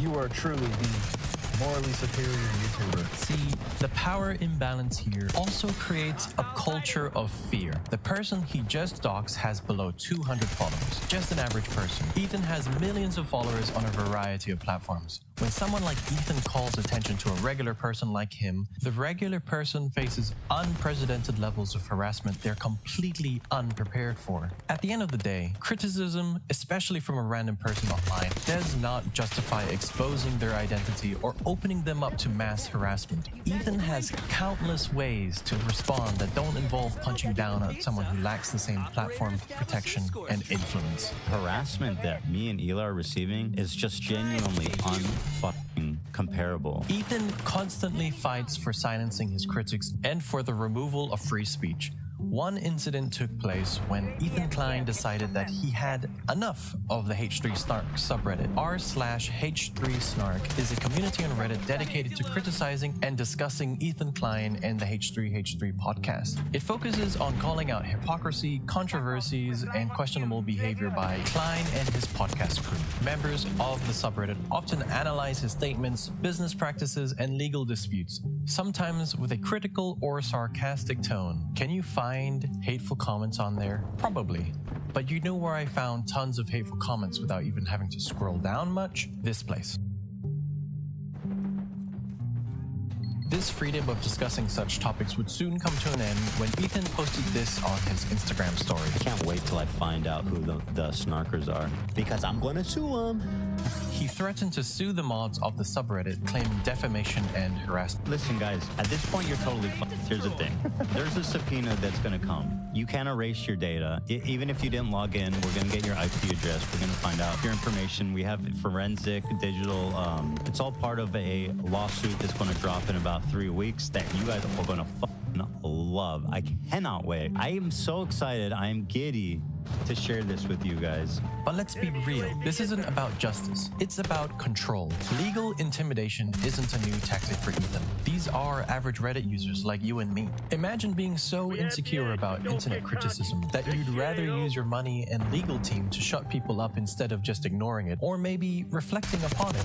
How many random Reddit users have the resources to fight a lawsuit? Ethan Klein, a millionaire, knows this. Even if these lawsuits don't hold up in court, just the threat of legal fees and harassment is enough to silence critics. The type of environment this cultivates is one similar to countries led by dictatorships. Abusing by silencing critics through censorship and intimidation ensures control over the narrative and creates an environment of fear and obedience. He calls out everyone associated with his so-called enemy. People correcting him? That's a no-go in Ethan's world. How dare Ludwig make a correction on a sloppy mistake in Ethan's content nuke video? Ethan posted a meme screenshot and reversed the order of events. Fucking Destiny fan. Confirmed. What a fucking lapdog you are. How pathetic can you be to fucking curl up on Hassan's lap like a good pussycat? For him, bitch. What a gutless coward. You really got no problem here? Suck my dick. And by the way, having no problem with terrorist sympathizing, anti-Semitism, but God forbid Ethan gets the Order of the Rising Star wrong. What a dumb fuck bitch.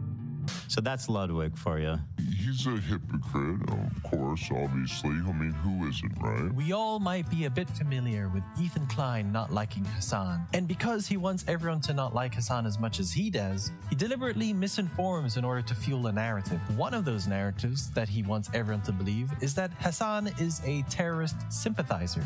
So, in this segment of his content nuke, he distorts what Hassan covers here and also deliberately leaves out some footage. They take it over, and they tell the people in the ship, usually like mostly Filipino people, Filipino crews, and they're like, all right, well, we got no problems with you, but you're coming with us. Ethan then criticizes what he says. What an incredible way to characterize having a gun in your face. Hassan is asking us not to believe our own eyes as we watch terrorists hostilely kidnap the crew. And claims that they have been MIA for a year. And once again, the crew is still MIA for over a year, prisoners to a terrorist organization. But don't worry, guys, Hassan says they have no problem with them. However, these people did in fact say this to the hostages. And it is not true that they've been missing for a year without updates, as the kidnappers let the Red Cross, a global humanitarian organization that provides health services and operates in conflict zones, came on board twice by September 2024, 5 months before Ethan's video came out. He shows the headline of this article. When you scroll down on the same article, you only need to read a few lines until you see this. The seafarers, some of whom have been at sea for nearly 2 years,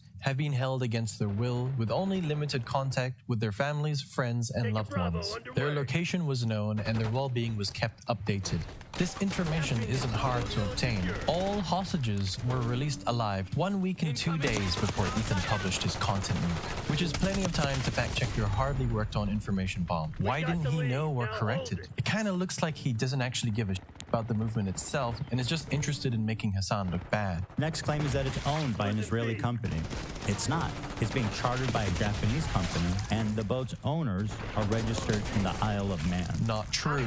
It's owned by Israeli tycoon Abraham Unga. Takes 2 seconds to find that out. Or you can finish reading the screenshot Ethan showed. Ethan is right that the ship is registered in the Isle of Man, but the screenshot he shares states that it's owned by the Israeli tycoon. So, with a few clicks and clacks with a keyboard connected to a computer, a below-average internet connection, we've just learned all this. Why misrepresent this? And now that it is declared that Hassan was right after all, what does that mean for Ethan's case? You want to fucking bring a ship through here? We're going to take it. So that's exactly what the Houthis start doing. And they're like, guess what, dog? No more trade to Israel.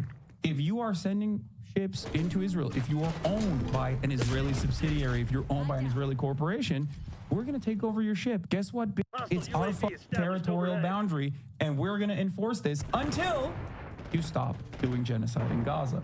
So let's review his claims. His first claim is that the boat is headed for Israel. It's not. It's going from Turkey to India. Now that we've caught Ethan misrepresenting facts again, and the ship was indeed owned by 2 Israeli, is it possible that this could have led to speculation about its actual destination, Israel instead of India? And given that tensions in the Red Sea region are high, could it be that some ships with Israeli ties might avoid publicly revealing that they are heading to Israel to reduce security risks? It's certainly a possibility. But is this what Hassan claimed what is happening here? Let's see what Hassan said again. No more trade to Israel. If you are sending ships into Israel, if you are owned by an Israeli subsidiary, if you're owned by an Israeli corporation, we're going to take over your ship. You cannot use the trade route anymore. Guess what? It's our fucking territorial boundary, and we're going to enforce this until you stop doing genocide in Gaza. The Houthis stated the Houthis themselves framed the hijacking as a targeting of Israeli-affiliated assets in the region. In the past, they have stated that they would target ships or vessels tied to Israel, especially if they were in or near Yemeni waters or the Red Sea. Furthermore, Hassan talks about the Houthi strategy, which Ethan twists around. He takes it out of context. They're coming in hot with guns. Yeah, but you have to understand, this is a deterrence. Israeli society is going to start getting upset. They're going to be like, I can't get my treats. I can't get my Amazon Prime deliveries. What What the is going on? I hate this. Israel sucks. I'm leaving Israel. That's the goal. I find it disturbing that Hassan thinks that a slowdown of imports is going to cause Jews to flee Israel. 80% of Israelis were born there and do not have citizenship anywhere else. So where do you want them to go, Hassan? Back to Poland or back to the Arab countries they were forced out of? Israel sucks. I'm leaving Israel. That's the goal. By telling the Jews of Israel to go back where they came from, Hassan attempts to deny Jewish heritage in the Middle East. He characterizes them not as indigenous, but as white colonizers. This is despite the fact that 60% of Jews in Israel are actually native to the Middle East. The part where Hassan talks about what led to the Houthi attack is left out by Ethan entirely because it is not quite convenient for Ethan to have Hassan cover a story about an act of resistance against Israel when trying to make Hassan look bad. And they're coming in hot with guns. Yeah, but you have to understand, this is a deterrent, right? So, like, their goal is to film it and show it to the world so, like, other companies that don't want to risk having this happen to their product, having this happen to their ships, literally are like, okay, we're not going to use the trade route anymore. All of a sudden, if you don't use the trade route, trade gets more expensive for the West. All of a sudden, if you can't use that trade route, the Israeli port is going to get bankrupt. Israel is not going to be able to get the materials in time that they need for waging their war. Israeli society is going to start getting upset. They're going to be like, I can't get my treats. I can't get my Amazon Prime deliveries. What the is going on? I hate this. Israel sucks. I'm leaving Israel. That's the goal. The goal is to be like, yeah, your sucks. Okay, well then stop, doing genocide in Gaza. And it's funny, Ethan always talks about how comments and donations won't help Palestine and the cause. Creators for Palestine raised $1.6 million. That's fantastic. Literally negligible. They've received billions of fucking dollars. It's a good thing. Has $1.6 million had an outcome on anything happening in Gaza? Absolutely fucking not. Let's talk about real activism. Let's talk about enacting meaningful change.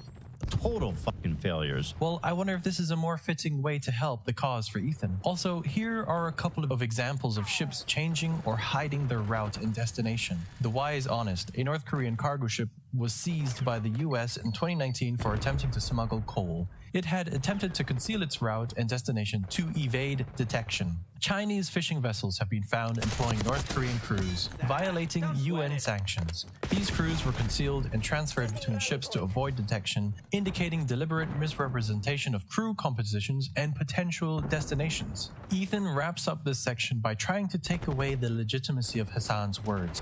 And they tell the people in the ship, they usually like mostly Filipino people, Filipino crews, and they're like, all right, we got no problems with you, but you're coming with us, we're taking over the ship. What an incredible way to characterize having a gun in your face. Hassan is asking us not to believe our own eyes as we watch terrorists hospitably kidnap the crew. Is Hassan asking you not to believe your own eyes? Was it not enough to stay true to the facts, that they indeed most likely captured the ship in international waters, but near their controlled territory? A year-long hostage situation for a seafarer is hard enough as it is. Did Ethan have to make sure to misrepresent facts in order to manipulate perceptions and strengthen his own argument? It would certainly help in appearing on the high ground and convincing others more easily, wouldn't it? This entirely unneeded situation was made more dramatic, so people will finally side with him against his personal warfare against his nemesis, Hassan. One case of Ethan Klein taking it upon himself to push an unchecked claim as fact is one where he alleges that a rescued Israeli hostage was continually during her captivity under Hamas. He uses this story in his Hassan Piker content nuke as a narrative. But there's just one problem. Nowhere in her interview does she say this happened. The girl herself never once stated she was sexually assaulted. Yet Ethan presents this as undeniable truth. Denims, a Twitch streamer that watched this segment of Ethan's content nuke live on Twitch, she questions the claim. Wait, wasn't this disproven?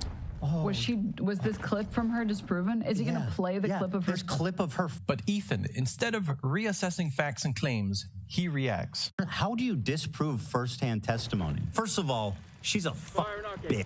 Shame on you. Fuck you. How dare you? You say you fucking support women and you sit here and you fucking giggle and laugh at this girl who was raped. And then immediately you say, I believe all women. And they say, oh, wasn't she lying? This whole fucking thing is so hard for Israelis to process it. You're not going to fucking acknowledge what just happened? She will, to say that she's lying. This is a disgusting human being. She's a vile piece of shit. This entire movement is rotten to the core. It is a joke. And yes, she is a fucking bitch. Somebody that laughs in the face of other fucking rape victims and immediately calls them liars, that's a fucking bitch of a person. Okay, before I continue, since this is such a sensitive topic, I try not to put too much of my own words and just stay true to known facts and information that exist. The girl in the interview, which was part of a documentary about women who talk about their experiences as hostages, some of them talk about sexual assault, but this woman in particular did not, nor has she ever stated in any interview that she experienced. So Denims is not incorrect here. Ethan saying she was a victim of being continually is just wrong. Ethan does not and cannot have any proof for those statements because there is no proof. And by the way, this woman experienced harassment after her release as a hostage. Some Israelis seem to have found her to talk too kindly about her experience as a hostage and became a target on her own social media platforms. Ethan is not only re-traumatizing a former hostage by falsely claiming she was a victim of sexual assault, but he's also using a hostile rhetoric to silence anyone who challenges him. He paints Denims as a villain. First of all, she's a bitch. Shame on you. You. Misrepresents her reaction at this moment and smears her image. Somebody that laughs in the face of other fucking victims and immediately calls them liars, that's a fucking bitch of a person. All because she didn't agree with his claim. He also completely distorts her words. He now claims that Denims called this woman a liar, which she did not. Wait, wasn't this disproven? In reality, the only person spreading lies in this situation is Ethan. His refusal to engage in constructive dialogue or acknowledge the truth fosters an environment where misinformation thrives. His unverified and false claims not only damage his credibility, but also encourage a toxic culture in his community, where anyone who disagrees with him is targeted. Another case of Ethan and Hila twisting the narrative to how they see fit is one where Hila's potential collaboration with an artist was rejected for reasons unspecified. The artist I wanted to collaborate with decided I don't want to be associated because I'm Israeli. Here's the quote. Sorry, I can't be associated with this company. Thanks for considering. I followed them for years, always supported them, and I have an ongoing painting of his at my house. And this is the result of Hassan's type of activism. Should I out him, Hila? I don't know is it morally okay to say who he is. Whatever you guys think, I don't care. What an asshole response to, like, it's almost like he's, yeah, and by the way, like, he doesn't even dignify you with the response of, like, it's like, no, you actually, I can't fucking be associated with this company. I'm just annoyed because it's not the first one. There's another person right now that is doing the same thing to me, somebody that I'm already working with. This is a result of Hassan's activism. This is what it resounds to. Alienation, hate, racism, and zero fucking progress for people in Gaza. Zero. I'm gonna think about if I want to blast him or not. I mean, because, like, it's not right. Like, you think you're being the good guy and shit. Like, you're just being a fucking bigot, bro. You're nothing more than a bigot. And also, just to not even dignify you with, like, a reasonable response. Just so short and fucking rude. What a bitch. Scumbag. Why would you blame someone for something because of where they were born? This is what racism is, but apparently it's totally fine all of a sudden. It's just, they're so delusional that if they think if I'm not the person that you want to associate with, then good luck in the world. Because, like, I am as progressive, you know, I left Israel. I don't even live there anymore.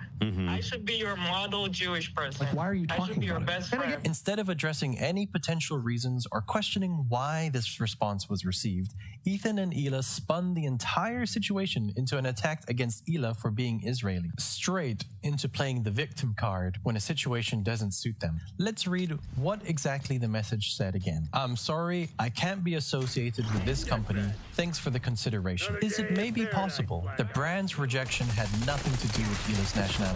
Instead, it had everything to do with the growing controversies surrounding the H3 podcast and its declining reputation. Ethan has stirred up multiple public scandals. Companies are simply less interested in associating with that kind of baggage. Ethan and Hila have reframed themselves as victims, immediately jumping to the conclusion that this was purely because of discrimination of her Israeli identity, redirecting the audience's outrage into the abyss towards the unknown entity.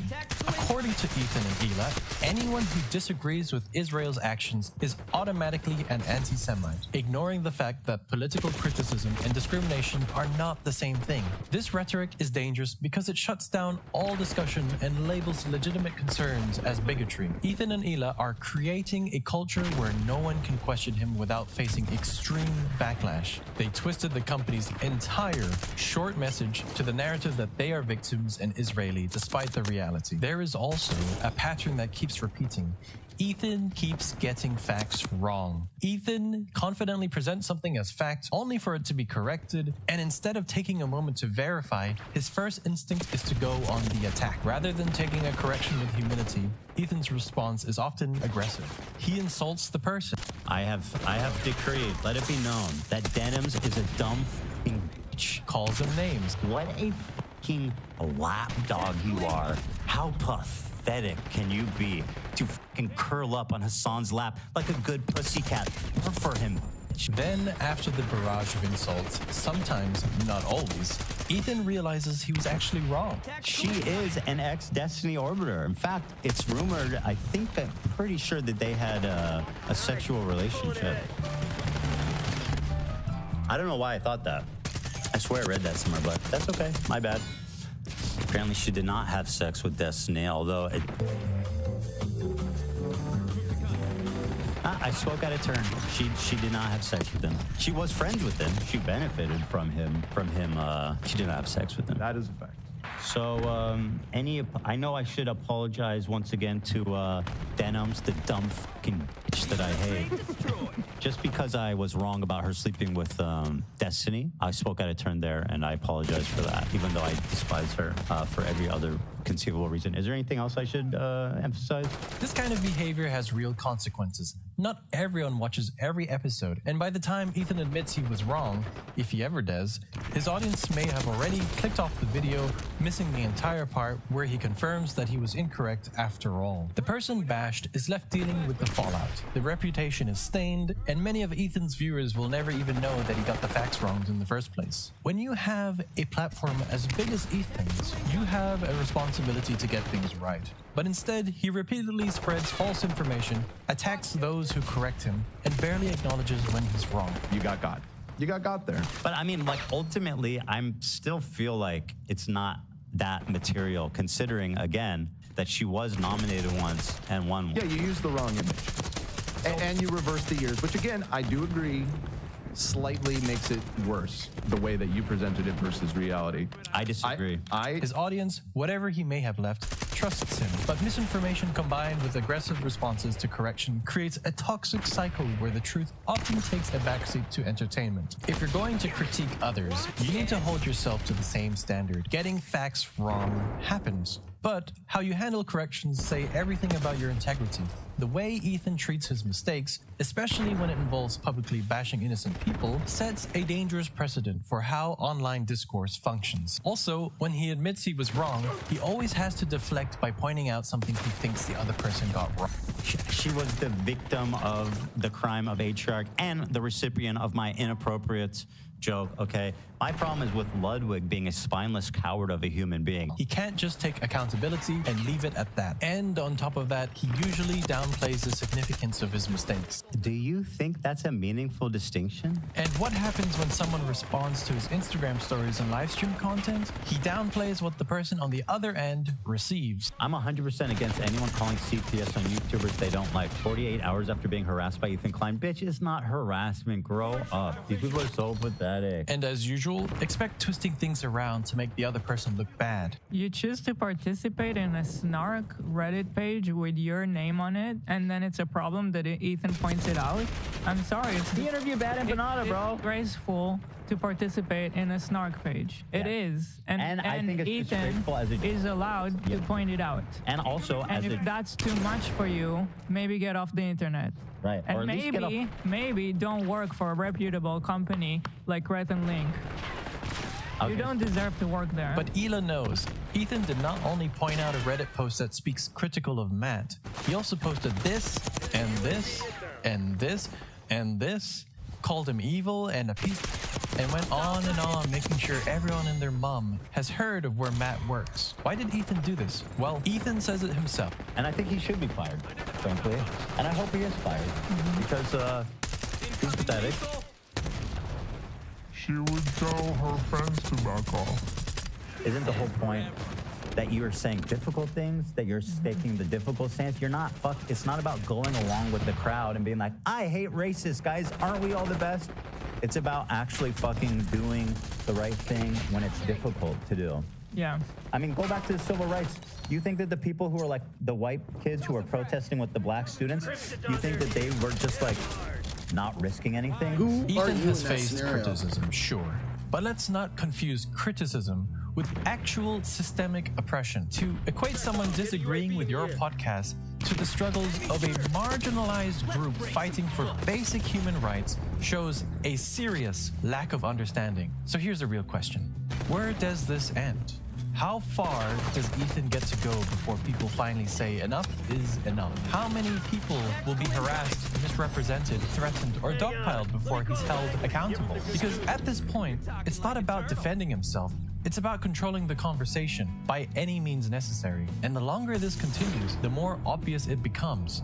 Ethan Klein isn't fighting against harassment. He's weaponizing it. Thanks for watching the video. Bye-bye.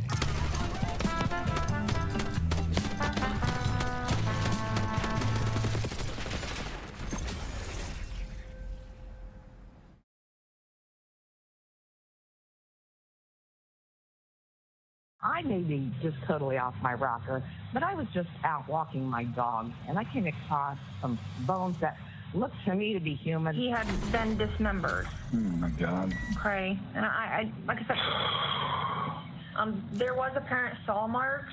Okay. What marks?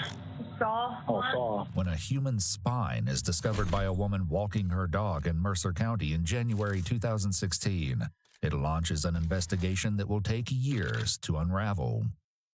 Even with a bone-chilling confession, investigators are left questioning the truth behind their victim's unimaginably gruesome demise, and they will soon find themselves with another body on their hands before the case is over. The following report is based on official police records, and most of the footage has never been seen until now. Following the 911 call from the concerned dog walker, police discovered a skeletal human spine hidden among the frozen brush in a fairly remote area in Mercer County. Though they conducted a thorough search of the area, no other remains were found. This left investigators with two main questions. Who was their victim, and where were the missing body parts? Despite a DNA profile being uploaded to NamUs, a police database for missing persons cases, the identity of the victim remained unknown. That all changed in 2020 when a Bureau of Criminal Investigation agent working on cold cases connected the profile of a missing persons case in Columbus, Ohio, with the timeline of when the skeletal spine was discovered. 21-year-old Ryan Zimmerman was reported missing at the end of November 2015, just 2 months before the 911 call. Ryan had last been heard from a month prior in September. After contacting Ryan's parents and conducting a DNA test, investigators were able to confirm that the partial skeleton belonged to Ryan. They spoke to Ryan's father, Warren, over the phone. Your son did. It was obvious that there was foul play involved. Okay. Right. There was some remains that we were not able to locate. Okay. So it was also discovered that he had been dismembered. Oh my God. Okay. And I like I said, I'm sorry to tell you that over the phone. We did not find portions of him being the lower portions of the legs, the lower portions of the arms, or the skull. Oh my God. So, okay. The location of Ryan's skull was like something out of a horror movie, but that wouldn't be revealed until much later. Even worse than discovering that Ryan had died were the details investigators shared with Warren about Ryan's remains. There was apparent saw marks, okay? What marks? Saw. Saw, right. When he was found, it was basically skeletal remains. What does it sound like? Gangland or some kind of sick trafficking or what the hell? I mean, who would do something like that? Those are all questions that we are hoping to work to try to get some answers for Ryan and for your family, okay? Police were able to track down the 3 people living with Ryan in Columbus before Ryan's disappearance: Corey Buzzard, Sarah Buzzard, and Naira Jen Whitaker. On August 25th, 2021, officers had to find Sarah and Jen, who are now married.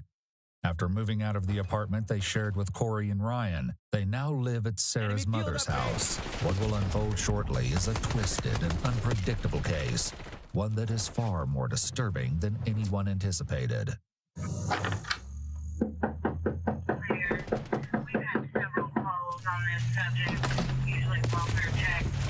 It takes a few minutes, but eventually Sarah answers the door. Hello, police department. Looking for Sarah. Couldn't step out for me. Sorry I had to wake you. Well, I think you got a warrant. What? It's out of Ohio, I think. It says theft warrant, I believe. Okay. All right, so we have to take care of it. 002, I've got her out front. All right, so go ahead and turn around, put your hands behind your back for me. Though he doesn't know it just yet, the officer asks Sarah a question that will foreshadow a devastating series of events. Everyone's talking about is there any weapons or anything in the house upstairs that I need to worry about? Just don't. I mean, I don't want them coming out with a gun or anything like that. But that charge. Sarah informs the officers that her mother and Jen are inside the home, and they soon join her on the porch. Just a little bit. Okay, so what's going to happen? Well, we gotta take her downtown. I gotta look at exactly what the warrant is for, and then we'll go from there. So I can. It's through Ohio, so they sent us over here. So other sent the warrant over here. We get them from out of state all the time. You know what I mean? That was in my daughter's zip. We never that kind of person. But if there's something missing over there, I mean just take some deep breaths, Sarah. Yeah, when she move it. While the officer dances around their questions regarding Sarah's arrest, Sarah's disposition begins to take a turn. You been sick? Just smoke, I'm sorry. Okay. Have you been sick or? No, just shocked. Oh, okay. Despite looking like she might pass out, it's decided that Sarah can travel to the police station. Okay, I'm gonna hold your arm so you don't fall over, okay? Once at the police station and in an interrogation room, Sarah is told that detectives from Ohio want to speak with her. Hi, Sarah. Hello. I'm Megan Baker. I'm with the Sheriff's Office in Ohio.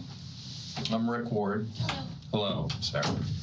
Well, I'm assuming you have lots of questions. Yes, okay. I do. We're going to take some time and sit down with you here, and maybe we can get some answers for those questions for you, if that's okay. Sarah has read her Miranda rights and agrees to speak with the detectives. They immediately dive into questioning, beginning with her time in Columbus almost 6 years ago. Sarah explains that she lived with her then-husband, Corey Buzzard.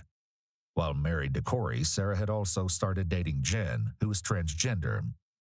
Eventually, as her relationship with Sarah progressed, Jen moved in with Corey and Sarah. A few months later, they got another roommate, someone named Emma. And that's a little bit about why we're here, is to talk about Emma, also known as Ryan Zimmerman. He went missing. Are you familiar with any of that? No. Okay, so I guess tell me what you know about Ryan. Or Emma, if you know him as Emma. Okay. According to Sarah and Jen, Ryan was newly transitioning, which is why they knew Ryan by the name Emma.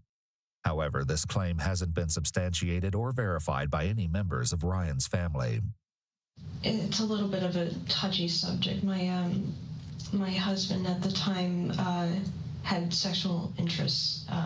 They had talked online extensively, and he had invited them to come stay with us, which I did not want to happen, but long story short, it did. After Sarah and her partner Jen move into the house with her and Corey, Corey decided to meet someone and reached out to Ryan online. After speaking for a short period, Ryan moved into the Columbus apartment as well. At the same time that Sarah is in interrogation at Sarah's mother's house, Jen is also being approached by detectives. However, Jen is a little more hesitant to speak with them.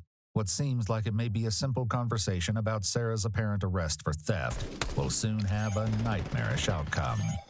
Please step outside. Okay, we have a search warrant for the residence.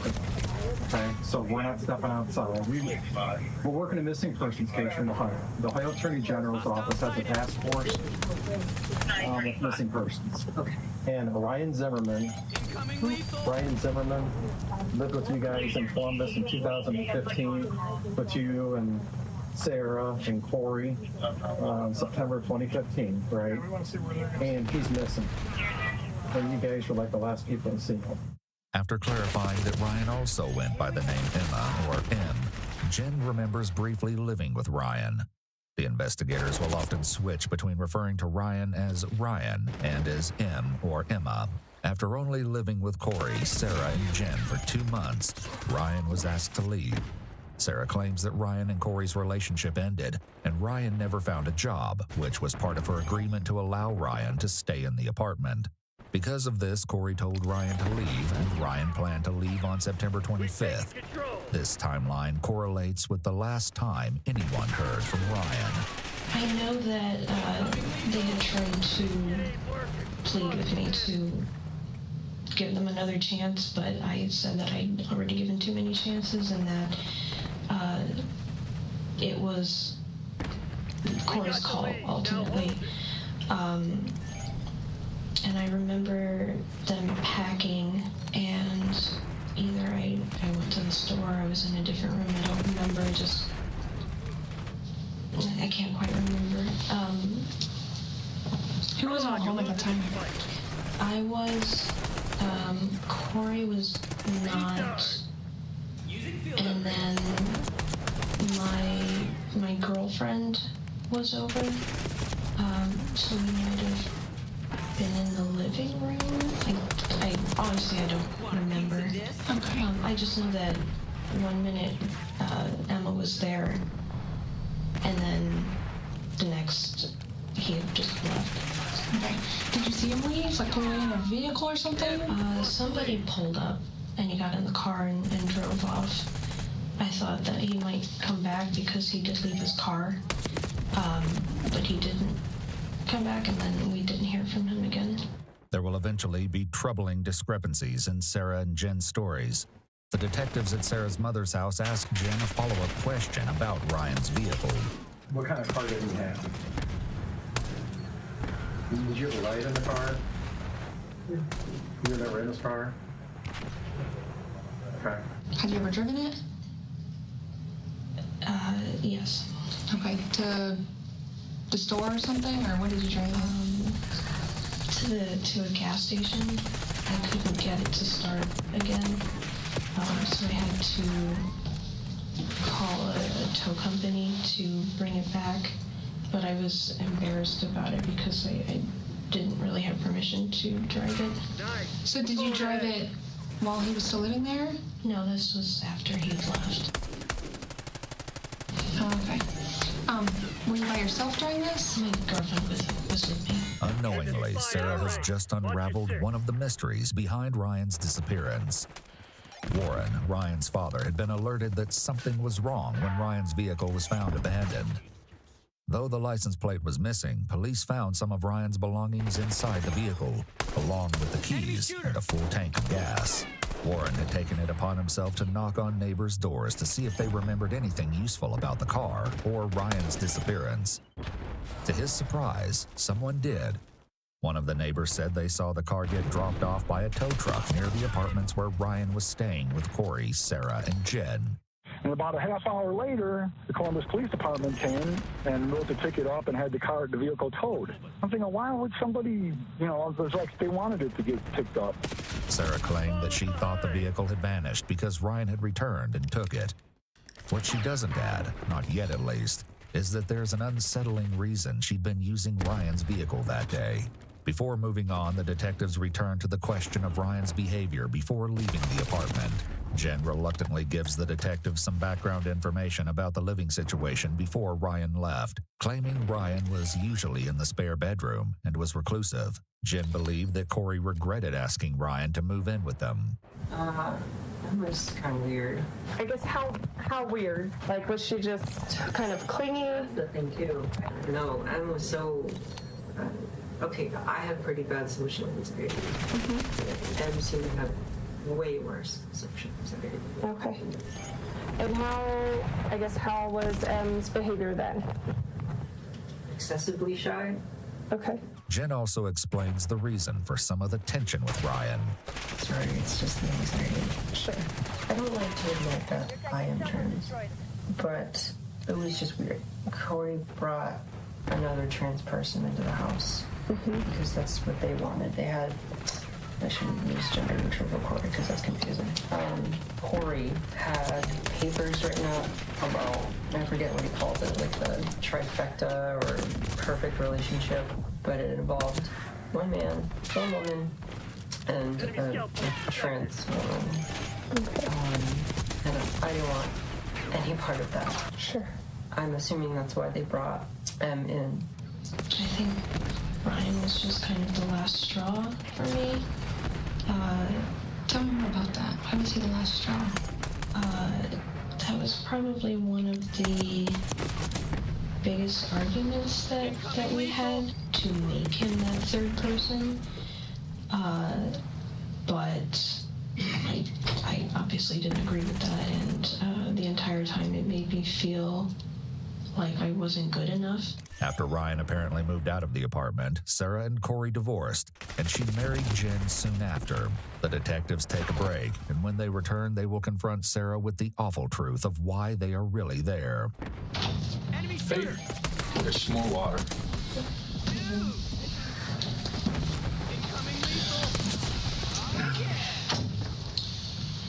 Sarah, I don't know if you know this or not, probably not, but you're talking to Jennifer right now, talking to your mom, and also talking to Corey. And there's major inconsistencies about this with your involvement with Ryan. And you know Ryan is now deceased. He's been murdered. So we have Corey is talking to the Columbus police detectives right now. We just get off the phone with them. The detective isn't being entirely honest here. While officers have managed to track down Corey's new residence, Corey is proving less than enthusiastic about the prospect of speaking with officers. You're not in any trouble. I don't have an arrest warrant, nothing like that, Corey. Okay, we just want to talk with you because your name was brought up as a witness in a case somewhere. A homicide. Homicide? A homicide. I have not. I don't recall witnessing any homicides. Okay, we're just wanting to talk. That's it. Okay, that's it. I haven't lied to you at all, Corey. Okay, it's about Ryan. I don't know who Ryan is. Ryan lived with you for a while. Emma. He also went by Emma. Okay. He was a roommate for a while. Okay. Okay, that's what we're here to talk to you about. Not without counsel. Okay, do you have an attorney on hand? Yes. Okay, do you think they would meet us down there? Can we make an appointment? I'd rather get this done today. I don't really think I have to work on your time. While the officers speaking with Corey have once again hit a dead end, those with Sarah begin to lay out some of the evidence. I mean, this is a bad situation. We really need to know what happened. With the car, we have DNA evidence. We're able to track down your car, the one that you used to own, the time of this incident. We were able to track down the current owner, and we're able to examine it. So we have something happened in that apartment the weekend that you dropped Corey off with that girl in Columbus. The evidence the detective is referring to are reddish stains discovered on the